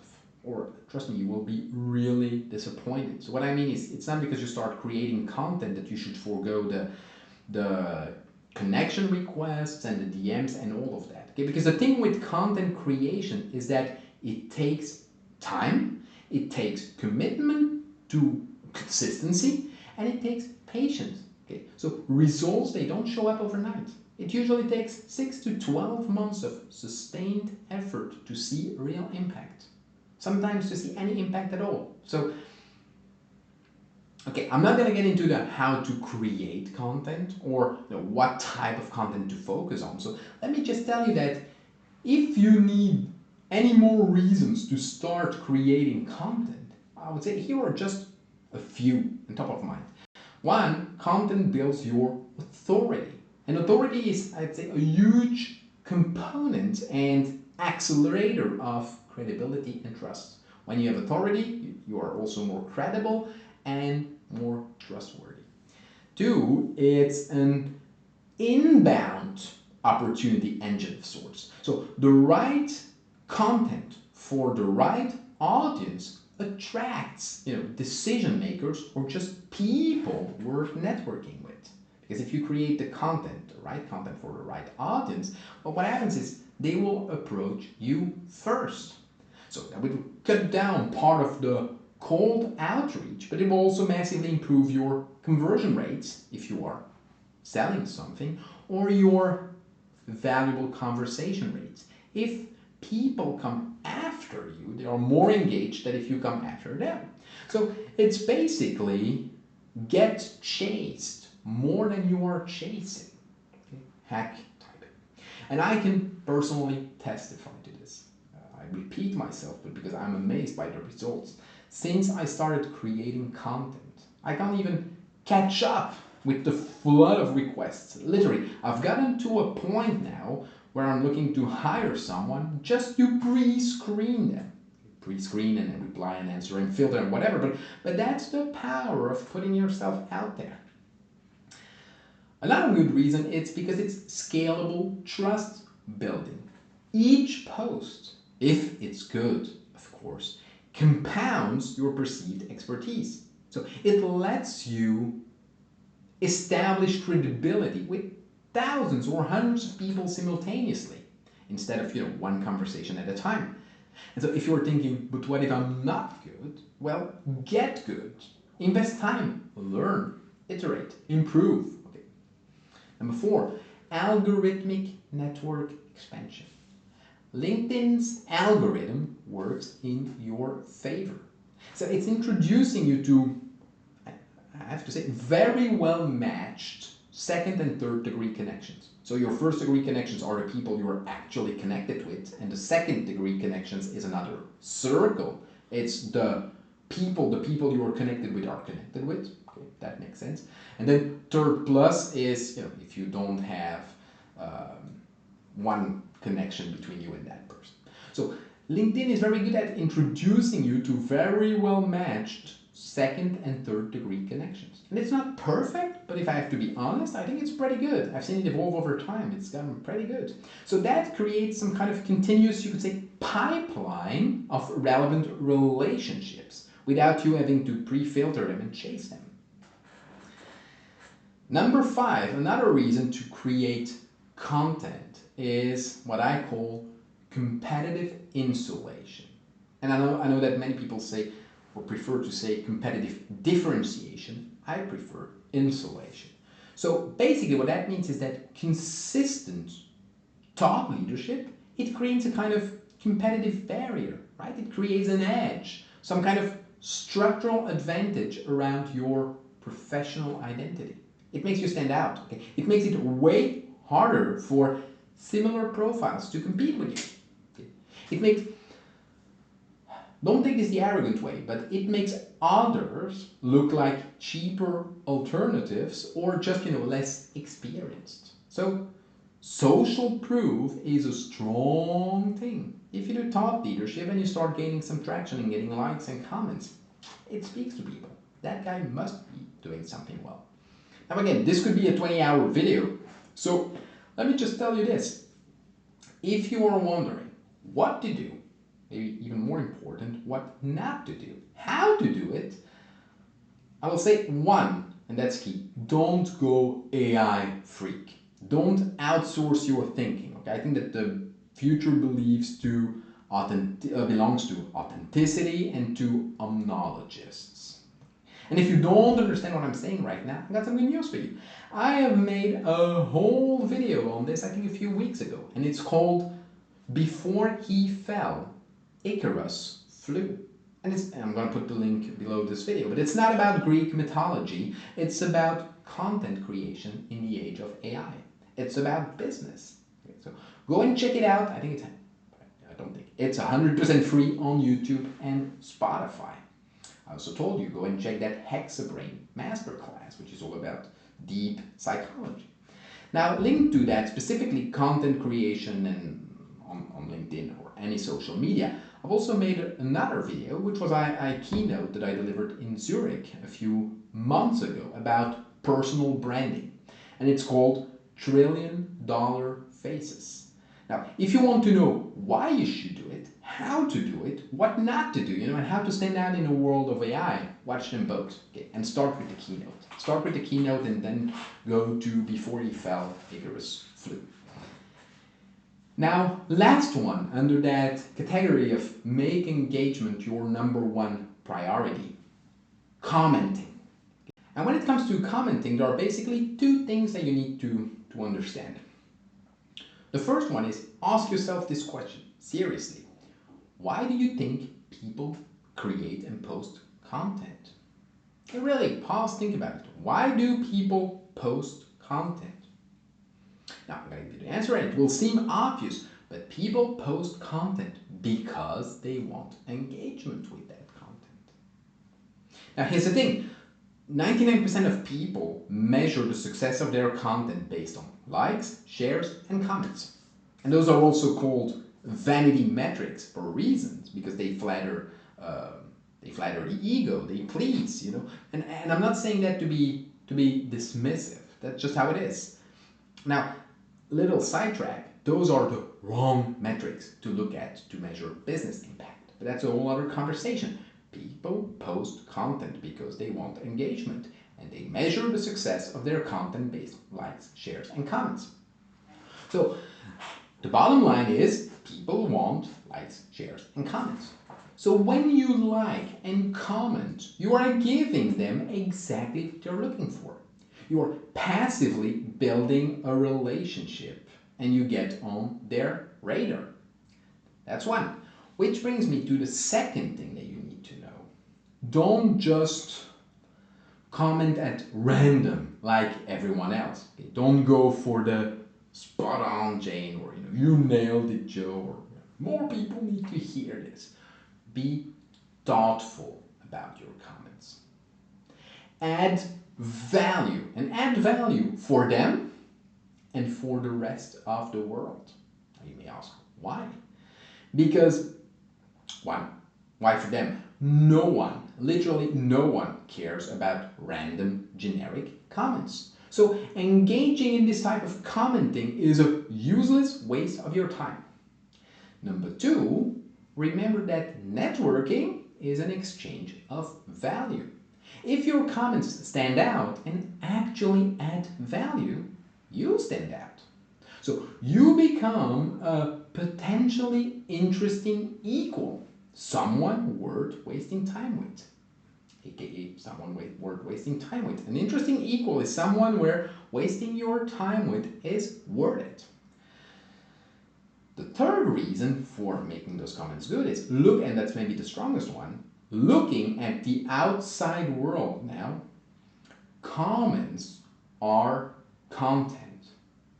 And let me say that again. Comments are content. And some people will say, oh yeah, no, not obvious. And I'm going to quote Jasmine Alec, or Alec, on this one, which is someone worth following on LinkedIn, by the way. So I'm going to put the link to his LinkedIn below this video. And I hope I'm saying the name right. But Jasmine puts it perfectly. So in one of his posts, he said something like, one, commenting on other people's posts is LinkedIn's biggest growth hack. And one of the reasons he put forward is, of course, if you are not in the top 0.1% of creators, good commenting gets you more views than posting content. So therefore, comments are content too. And so I believe that at least 70% of your LinkedIn activity should be commenting. But as I've said, it's not just comment more, okay? It's about comment strategically. So the simplest strategy I could give you about this, or I can think about right now, is don't ask yourself, okay, how do I use this? Shift your mindset. The question is, how can I own this? Okay? And what do I mean by that? I mean that think of your commenting strategy as hyper-localized SEO, search engine optimization. Meaning, again, don't just comment everywhere.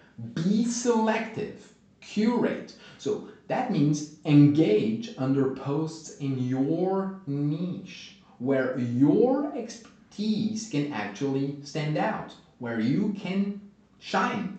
Okay? So it's not about broadcasting to everyone. It's about being the person who consistently adds value in the exact context where your expertise is needed the most.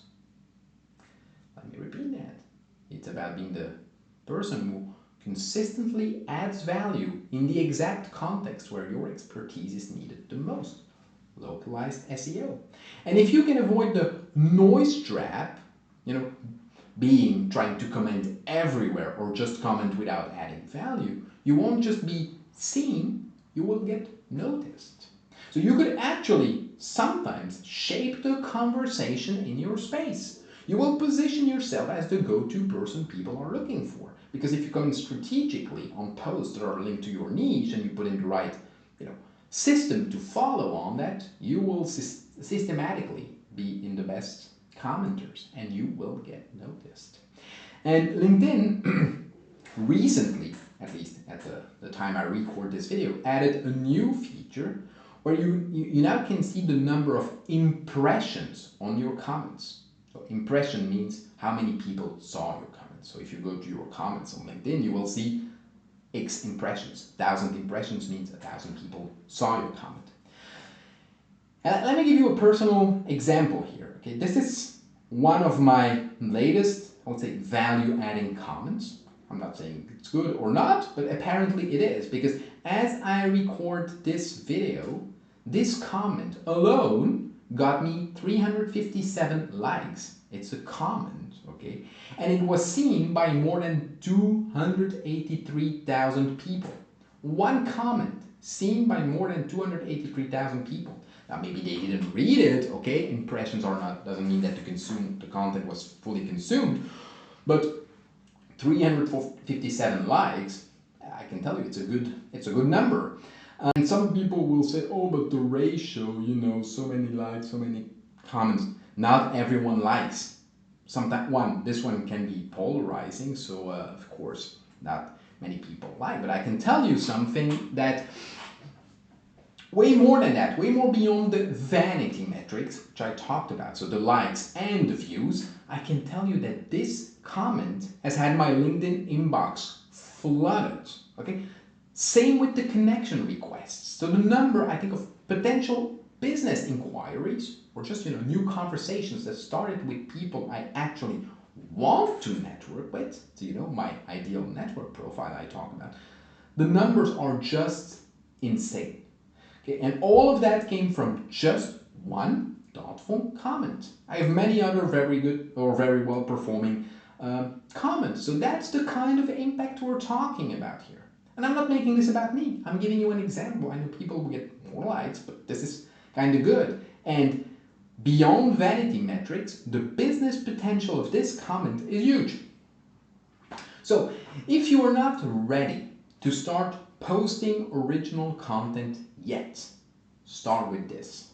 It will get you, almost exactly the same benefits as posting content. Except of course that, when people check your profile, they will not see your thought leadership, which they would, right, if you created content, or that commenting won't really help you with your Google or AI search ranking. So what pops up when people type in your name in Google or ChatGPT. But again, that's a whole other conversation. Now, let me give you two last, I think, powerful acts related to commenting. The first one is, once you have defined your ideal network profile, you might find that some people are way out of your league. Okay, we've talked about this. But if you truly believe you have real value to offer, okay, remember the whole value exchange thing, and I said that I think that at a certain stage in your life, your career, your business, you can, even if someone is way outside of your league, leverage your experience and your expertise to jump ahead. Okay? Well then, if you believe you can truly add value, go for it. Take the shot. So how do you get noticed by them? What's the optimal engagement strategy? Let me tell you, don't just add them right away and immediately try to start a conversation. It could work, but these people are usually busy and drowning in DMs. Now, when I look at my inbox, and I'm basically a nobody compared to certain top voices, I cannot even imagine their inbox. So don't add them right away and try to start a conversation. Go into incremental steps. Take the incremental way. And step one is start with a targeted, value-adding commenting strategy. So make a list of the top people you want to engage with, ideally in your niche, and the reason for that is because most of their followers are probably part of your ideal network profile too, so your comments will reach them as well, right? Multiplying the effect. But once you've got that list, go to their profile and turn on notifications for all their posts, meaning that every time they post something, you will get notified. And then, what's the strategy? Be among the first to comment on their posts. Add value. Be unique. Stand out. Say things others don't or won't. I think it's a good mix of praise, not ass-kissing, value adding, and a bit of contrarian uniqueness. Okay, that's how you get noticed. I don't say you have to be contrarian if it's absolutely not your style, but get them thinking, that person is sharp, interesting, and probably not boring. They get me thinking. And if you want a few examples, just check out my LinkedIn profile. Don't forget to follow me, by the way, and look at my comments. And I'm not saying this, I'm far away from being the absolute best, But I can tell you that the results I get speak in my favor. The results I get, the business results and the opportunities and the good conversations, give me enough confidence to point you to my profile. Okay. The business requests are through the roof, and a lot of that comes from my commenting strategy. I think more than my posting strategy. And the second hack, tied to that is once you've identified those way out of your league people, those followers are probably part of your ideal networking profile. Next to engaging with those top people's profile consistently, is start replying to the most interesting and thoughtful comments in their comment section. Okay? Because those profiles, they will mechanically get to the top. The more likes they get, the more interesting and thoughtful they are. Now, sometimes many comments get likes just because they are virtue signaling. But make that filter. It has to be interesting, thoughtful, and well performing. And by replying to those types of comments that their followers are making, not only will you really realistically 3 to 10x your profile views, but it will also increase your chances of being noticed, and to get your comments on top of their comment section. And over time, not only will they notice you, but their followers, so your ideal network profile, they will too. So it's an absolute double win. This will lead to more connections and greater following over time. But it's also a natural filter, right, of these people. So that's how you consistently get chased more than chasing. All right, so this is getting quite long. So that's it for LinkedIn. Now, before I wrap up this video, let me talk about the last key component of successful long-term networking. Because, yes, let me repeat that, it's a long game. And that component, that tool is your system. You need a smart database. You need a way to track what's important, what you've done, and what you need to know. How to stay on top of it all as your network grows. And without it, let me tell you, things will get messy fast.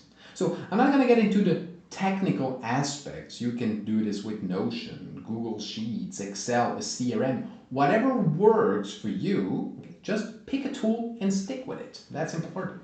So you can, of course, create your own system based on your needs and objectives and industry and all of that. But let me share what I think are some essential components of a solid long-term networking database. Or at least, let me give you some ideas. So part one, block one, is what I call the core relationship data. So that is, of course, the contact basics, name, company, role, private email, and phone number, because they may switch companies if they are employees or whatever. So go private and professional if you have it. And basically any other basic information that you might need. And the little hack here is add a link to their LinkedIn profile in your database. That way, of course, you can look them up, but before any interaction, you can easily check if anything has changed on their end. So, and it also shows when you can reference that in your interaction, it shows that you care and that you are paying attention. Second component of that core relationship data, relationship origin. Stuff like, okay, where you met, how you met, who introduced you, the context of the first interaction, all of that, the impression that you had.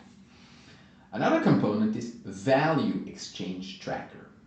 Remember, it all comes down to value exchange. So keep track of the favors, the intros, the recommendations that you have given and received. And I would say they're a little hack with dates. Keep track of this. Core relationship data still, a ranking system. How important is the relationship? Not just today, but maybe in the future, right? What's the aspirational, you could say, number of yearly touch points that you're gonna have to maintain the connection? So a ranking system, and you will revisit that one over time. Things change, the importance of relationships change, right? Another component in the core is a follow-up system. So you need to track the last touch points with dates. You need to track the outcome. What is the next scheduled touch point? Whether you've agreed about a date or it's aspirational and they don't know about it. So add the specific context or the reason for the follow-up so that you can keep it relevant, at least if it's fresh in your mind. So that was module 1, you could say. Module 2 is all about strategic business intel. So that is, on one end, what are their professional aspirations? So what are their stated goals? What are they working towards?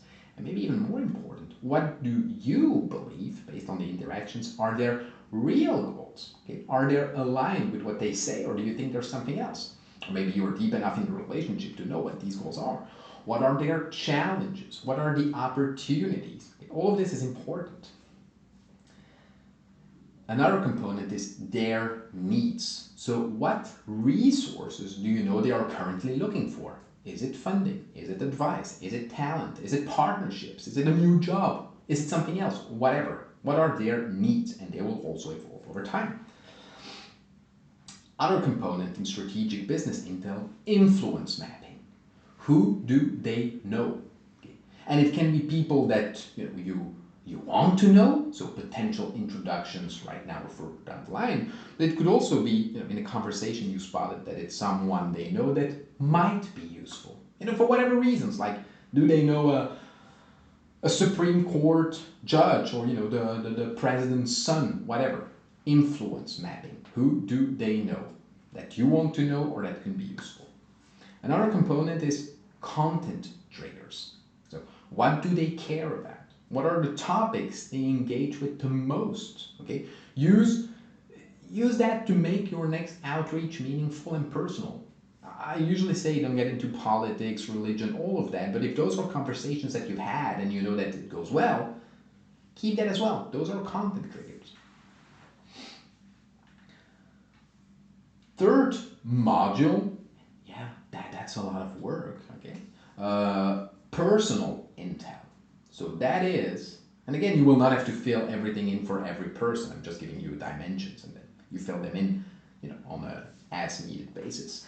So personal intel, next to the business intel, personal intel. And that is, of course, personal details. So what's the name, from their spouse, from their kids, significant hobbies that they have, passions, where or what do they kids study if they keep on bragging or talk about it all the time. If they love their dog more than their spouse, the name of their dog. Do they have a food allergy?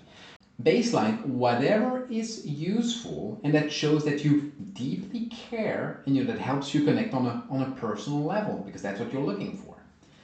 Another one is, in that personal intel part, is preference notes. So what's their communication style? Okay, do they prefer emails, calls, in-person meetings, whatever? What are their favorite spots, their go-to places? So that if you ever have to meet up for a coffee or a restaurant or whatever, you know how to set the vibe. It's all the little things that can really, really, really make a big difference, also when you remember them. Celebration dates, so birthdays, right? There's their wedding anniversary, that's important, their kids' birthdays, whatever. Or even some major achievements, or, and it's a tricky one, but I go with it, especially if you build real rapport, it's cultural or religious events that they celebrate. So if you work, a lot in India or based in India, Diwali, for example, it's very strong there. Eid, if they are Muslim, the end of Ramadan, all of that. So celebration dates. Shared experiences, events that you've attended together, memorable conversations, places, or even, if it's not a shared experience, but if it led to one, a recommendation, that one of you suggested and that was really enjoyed, like, for example, a holiday spot or a restaurant or whatever. All these little details, they go a long way. Fourth module, let's call it thoughtfulness enablers. Okay, that is basically life events or recent life events. So career changes, relocations, personal milestones, anything significant that is happening in their life that you can acknowledge or celebrate. Key. Content they have created. So if you are content creators or influential, they can have created content on LinkedIn, something on their socials, whether professional or private, an interview, a podcast, an article, even just a single post where they express an opinion, whatever, a presentation at a conference, whatever, content they've created. I don't say track it all. I say if you think it's interesting or useful or got a lot of traction or whatever, just keep that somewhere in mind. Gift preferences. Now, this is often misunderstood. You don't need to give gifts to everyone, obviously. But if something comes up in a conversation, like specific interests, hobbies, little details, that's what you're looking for in the gift preferences. Write it down. Why? Because if you ever need to give them a gift, for whatever reason, you will know exactly what to get them to show that you care, to show that you listen, that you value the relationship. And trust me, I've made presents to people, and they were just like shocked, like, how did you even know? My best friend wouldn't have thought of that. How did I do that? All because of something that they casually mentioned months or even years ago. So it's key. And the last one in that category is recommended resources. Books, restaurants, a TV show, services that they've mentioned. Even if you ever never read that book or watch that show or even go to that restaurant, you can still reference it later. So again, it's not about collecting everything, or it will make your life impossible. I'm just giving you dimensions and you don't need to fill them in for everyone. But in the book example that I gave you, something you can do, you never read it, but you can go and read a detailed summary and analysis. Okay? And maybe tied to that, advice that they have given. Remember what I've said earlier, right? Putting someone else's advice into action almost creates that win-win situation for you if you close the feedback loop. So, and let them know how it worked. Okay, so that's it, for the system or the database. And of course, as I said, I don't use all these variables, and I definitely not use them for everyone. Okay, I also have a few other ones that I use personally. But hey, I gotta keep some secrets. But at least I think this gives a solid idea of all the dimensions and directions you can think about. So now it's up to you to create your own system and make it work for you, right? Now, as I'm saying this, something just popped to my mind. I was talking with someone this morning, someone who is now using AI. I mean, I've managed to do a whole video without Masterclass without talking about AI, so let's talk about AI. I talked to someone who said now he's using AI and he built an agent that performs deep research on all the people he adds to his database. So I'm meeting that person next week because I want to figure out exactly how they did it and how they did that. But the main idea is that now AI is also gathering lots of information and updating that information. And for some people that are high priorities in his profile, they get notifications and all of that. So definitely something to explore. I know that I've grown a reputation that I'm against AI. I mean, at least in some spheres. I'm not. You should always use the best tools at your disposal. So something to explore. All right. Now, I think I need to wrap it up at some point. Now, to be totally honest, I initially thought that this would be a 40-minute to 1 hour video. So I guess I was wrong. But here we are. And since, we spent all this time together, well, let me wrap it up. Or let me wrap this masterclass up with my final advice. Number one, and this is really something critical to keep as your North Star when it comes to networking. The key to successful networking isn't just about making connections, okay? It's about nurturing them. And nurturing relationships is the only thing that matters. It's the only thing that's going to give you a positive ROI on the time and the money that you invest in networking. So nurturing. Okay? It's not about collecting. You're not collecting Pokemon cards or whatever. Number two, and it's tied to that, I would say that 85% of the advice that I've just given you in this masterclass, especially when it comes to high value people, will only work if you build genuine relationships. So try to make them like you. This is the key.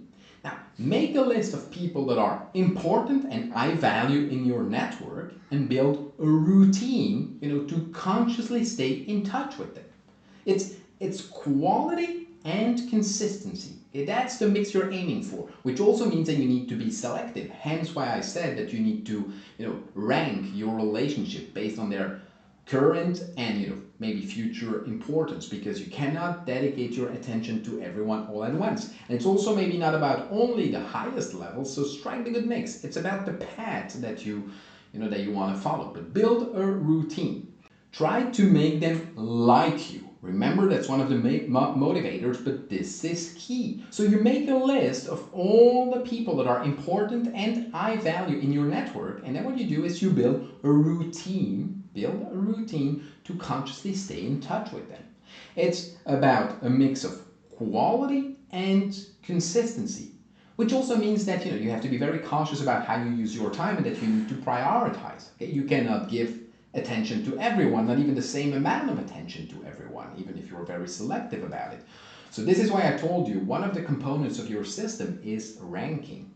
Current ranking of importance and maybe future importance. But when you do that, it allows you to filter out and to dedicate the time where it matters the most, where it will deliver the most impact to whatever it is that you try to achieve. So I don't know, use all the tips, the tricks, the hacks from this masterclass. Google some stuff or chat GPT it, it's more trendy, and try to add value. Right? Send them something like, hey, I'm thinking back on that XYZ challenge you mentioned last time we spoke. I just stumbled across this article. I thought you might find it interesting. By the way, I'll be back in the country in a few weeks, that we could catch up. And they probably will not care about the article, but it's about the gesture, especially if it's highly related to, what is top of mind for them, right? For him or for her.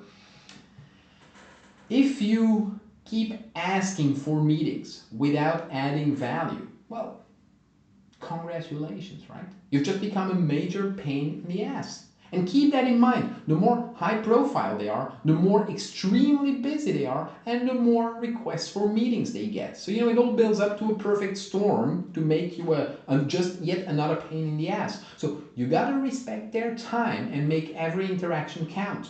And by doing this regularly, which doesn't mean spamming them daily, okay, to the point of maybe getting a restraining order, but time it well.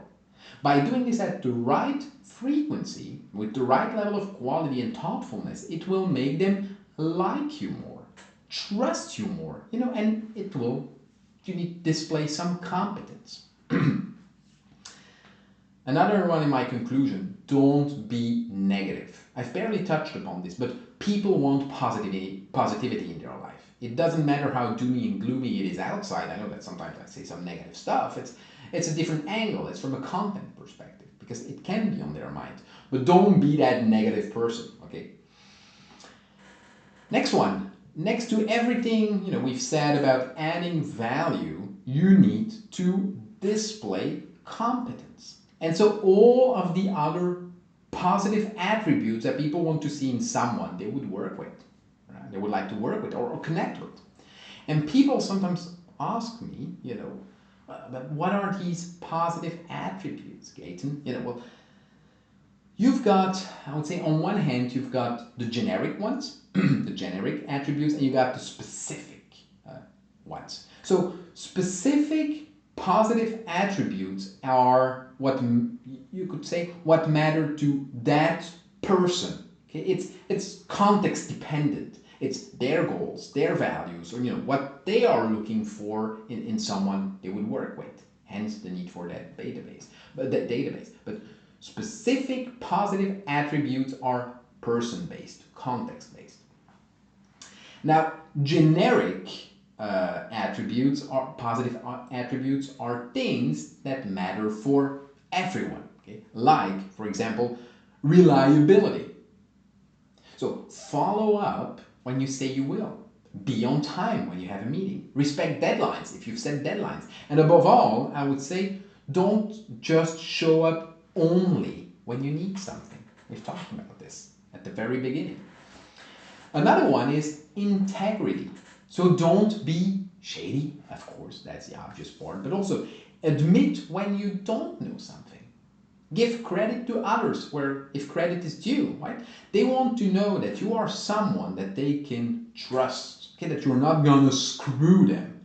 Now there is a fine line here again, a fine balance between integrity and naivety, okay? Don't be naive. Curiosity is another one of those generic positive attributes. People like sharp people. They like engaged minds. Okay, so show you're up to date on the ways of the world and business.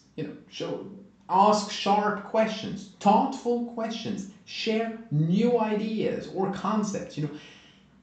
And keep it in that curiosity, but keep it a dialogue. Okay? They are not there for a lesson or masterclass or a course. So it's not a one-way broadcast. It's a conversation. It's a dialogue. But curiosity is one of these attributes. Another we've covered at great length, but value adding. Okay, you shouldn't be there just to take. So sometimes you need to help without expecting immediate returns. You need to make intros without expecting returns. Share useful resources, or just offer that cutting edge advice to solve their problems. Another one is emotional intelligence. That's an important one. So learn how to read the room correctly. Adjust your style to your audience. That's very important. Okay. For example, it's not about being, manipulative, but the more experiences you get for yourself in life, the more different kinds of people you interact with, the more you build that, you could say that spectrum, that broadband of emotional intelligence. And so you can be a totally different person. You can be street smart and talk with people in the street, and then you can also be at a gala in a tuxedo and appear. So read the room, adjust your style, know, that's key I think in emotional intelligence. Know when to push and know when to pull back. So stuff like that, it's all about emotional intelligence is basically understanding people and situations. And of course, another positive attribute, which comes with time, but it's perceived status and social proof. And thinking otherwise would be silly. It's deep human nature. People will naturally gravitate toward, or just want to associate with those who seem respected, connected, or just successful. It's human nature. It's not just about what you say. Okay? It's about how others see you and the credibility that you bring to the table. And maybe the last piece of advice for this masterclass: always sharpen your tools. Okay, so if your tool is a phone, well, probably not in 2025, but if it's a phone, pitch, practice. If it's email or LinkedIn DMs, learn, analyze your stats, iterate, right?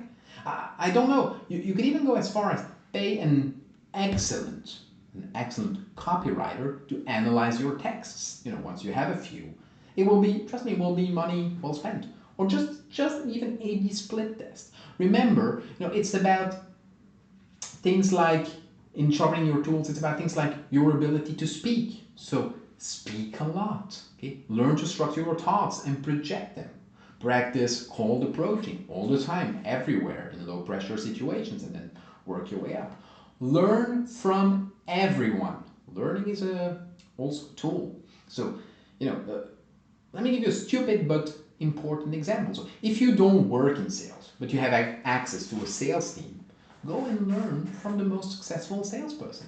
Okay? Everything in life is basically a sale. So I don't know, go and ask, hey, Jane, how are you getting customers? And then Jane will tell you, oh, the way I'm getting customers is, I don't know, XYZ. Okay, well, now the next question for you becomes, it's not just, oh, okay, it's XYZ. No, the next question becomes, how can you sharpen XYZ? See, I think it doesn't matter what the tools are. The key is to identify them and always be sharpening. Keep improving, keep leveling up. That's how you stay ahead. I would say in networking or with anything in life. Remember, most of what you want in life usually comes down to your circles of influence. And at the end of the day, it's all just people talking to people. So get good at that. Find your way into the right circles, and I guarantee that success will take care of itself. The more influential people you know, the better the conversations you'll have. And the better the conversations you'll have, the better the opportunities you will create. And above all, don't forget, it's not really about who you know. That's not networking. It's about who knows you and actually cares. That's how you leverage opportunities into something concrete. So go and earn that. Thanks for watching.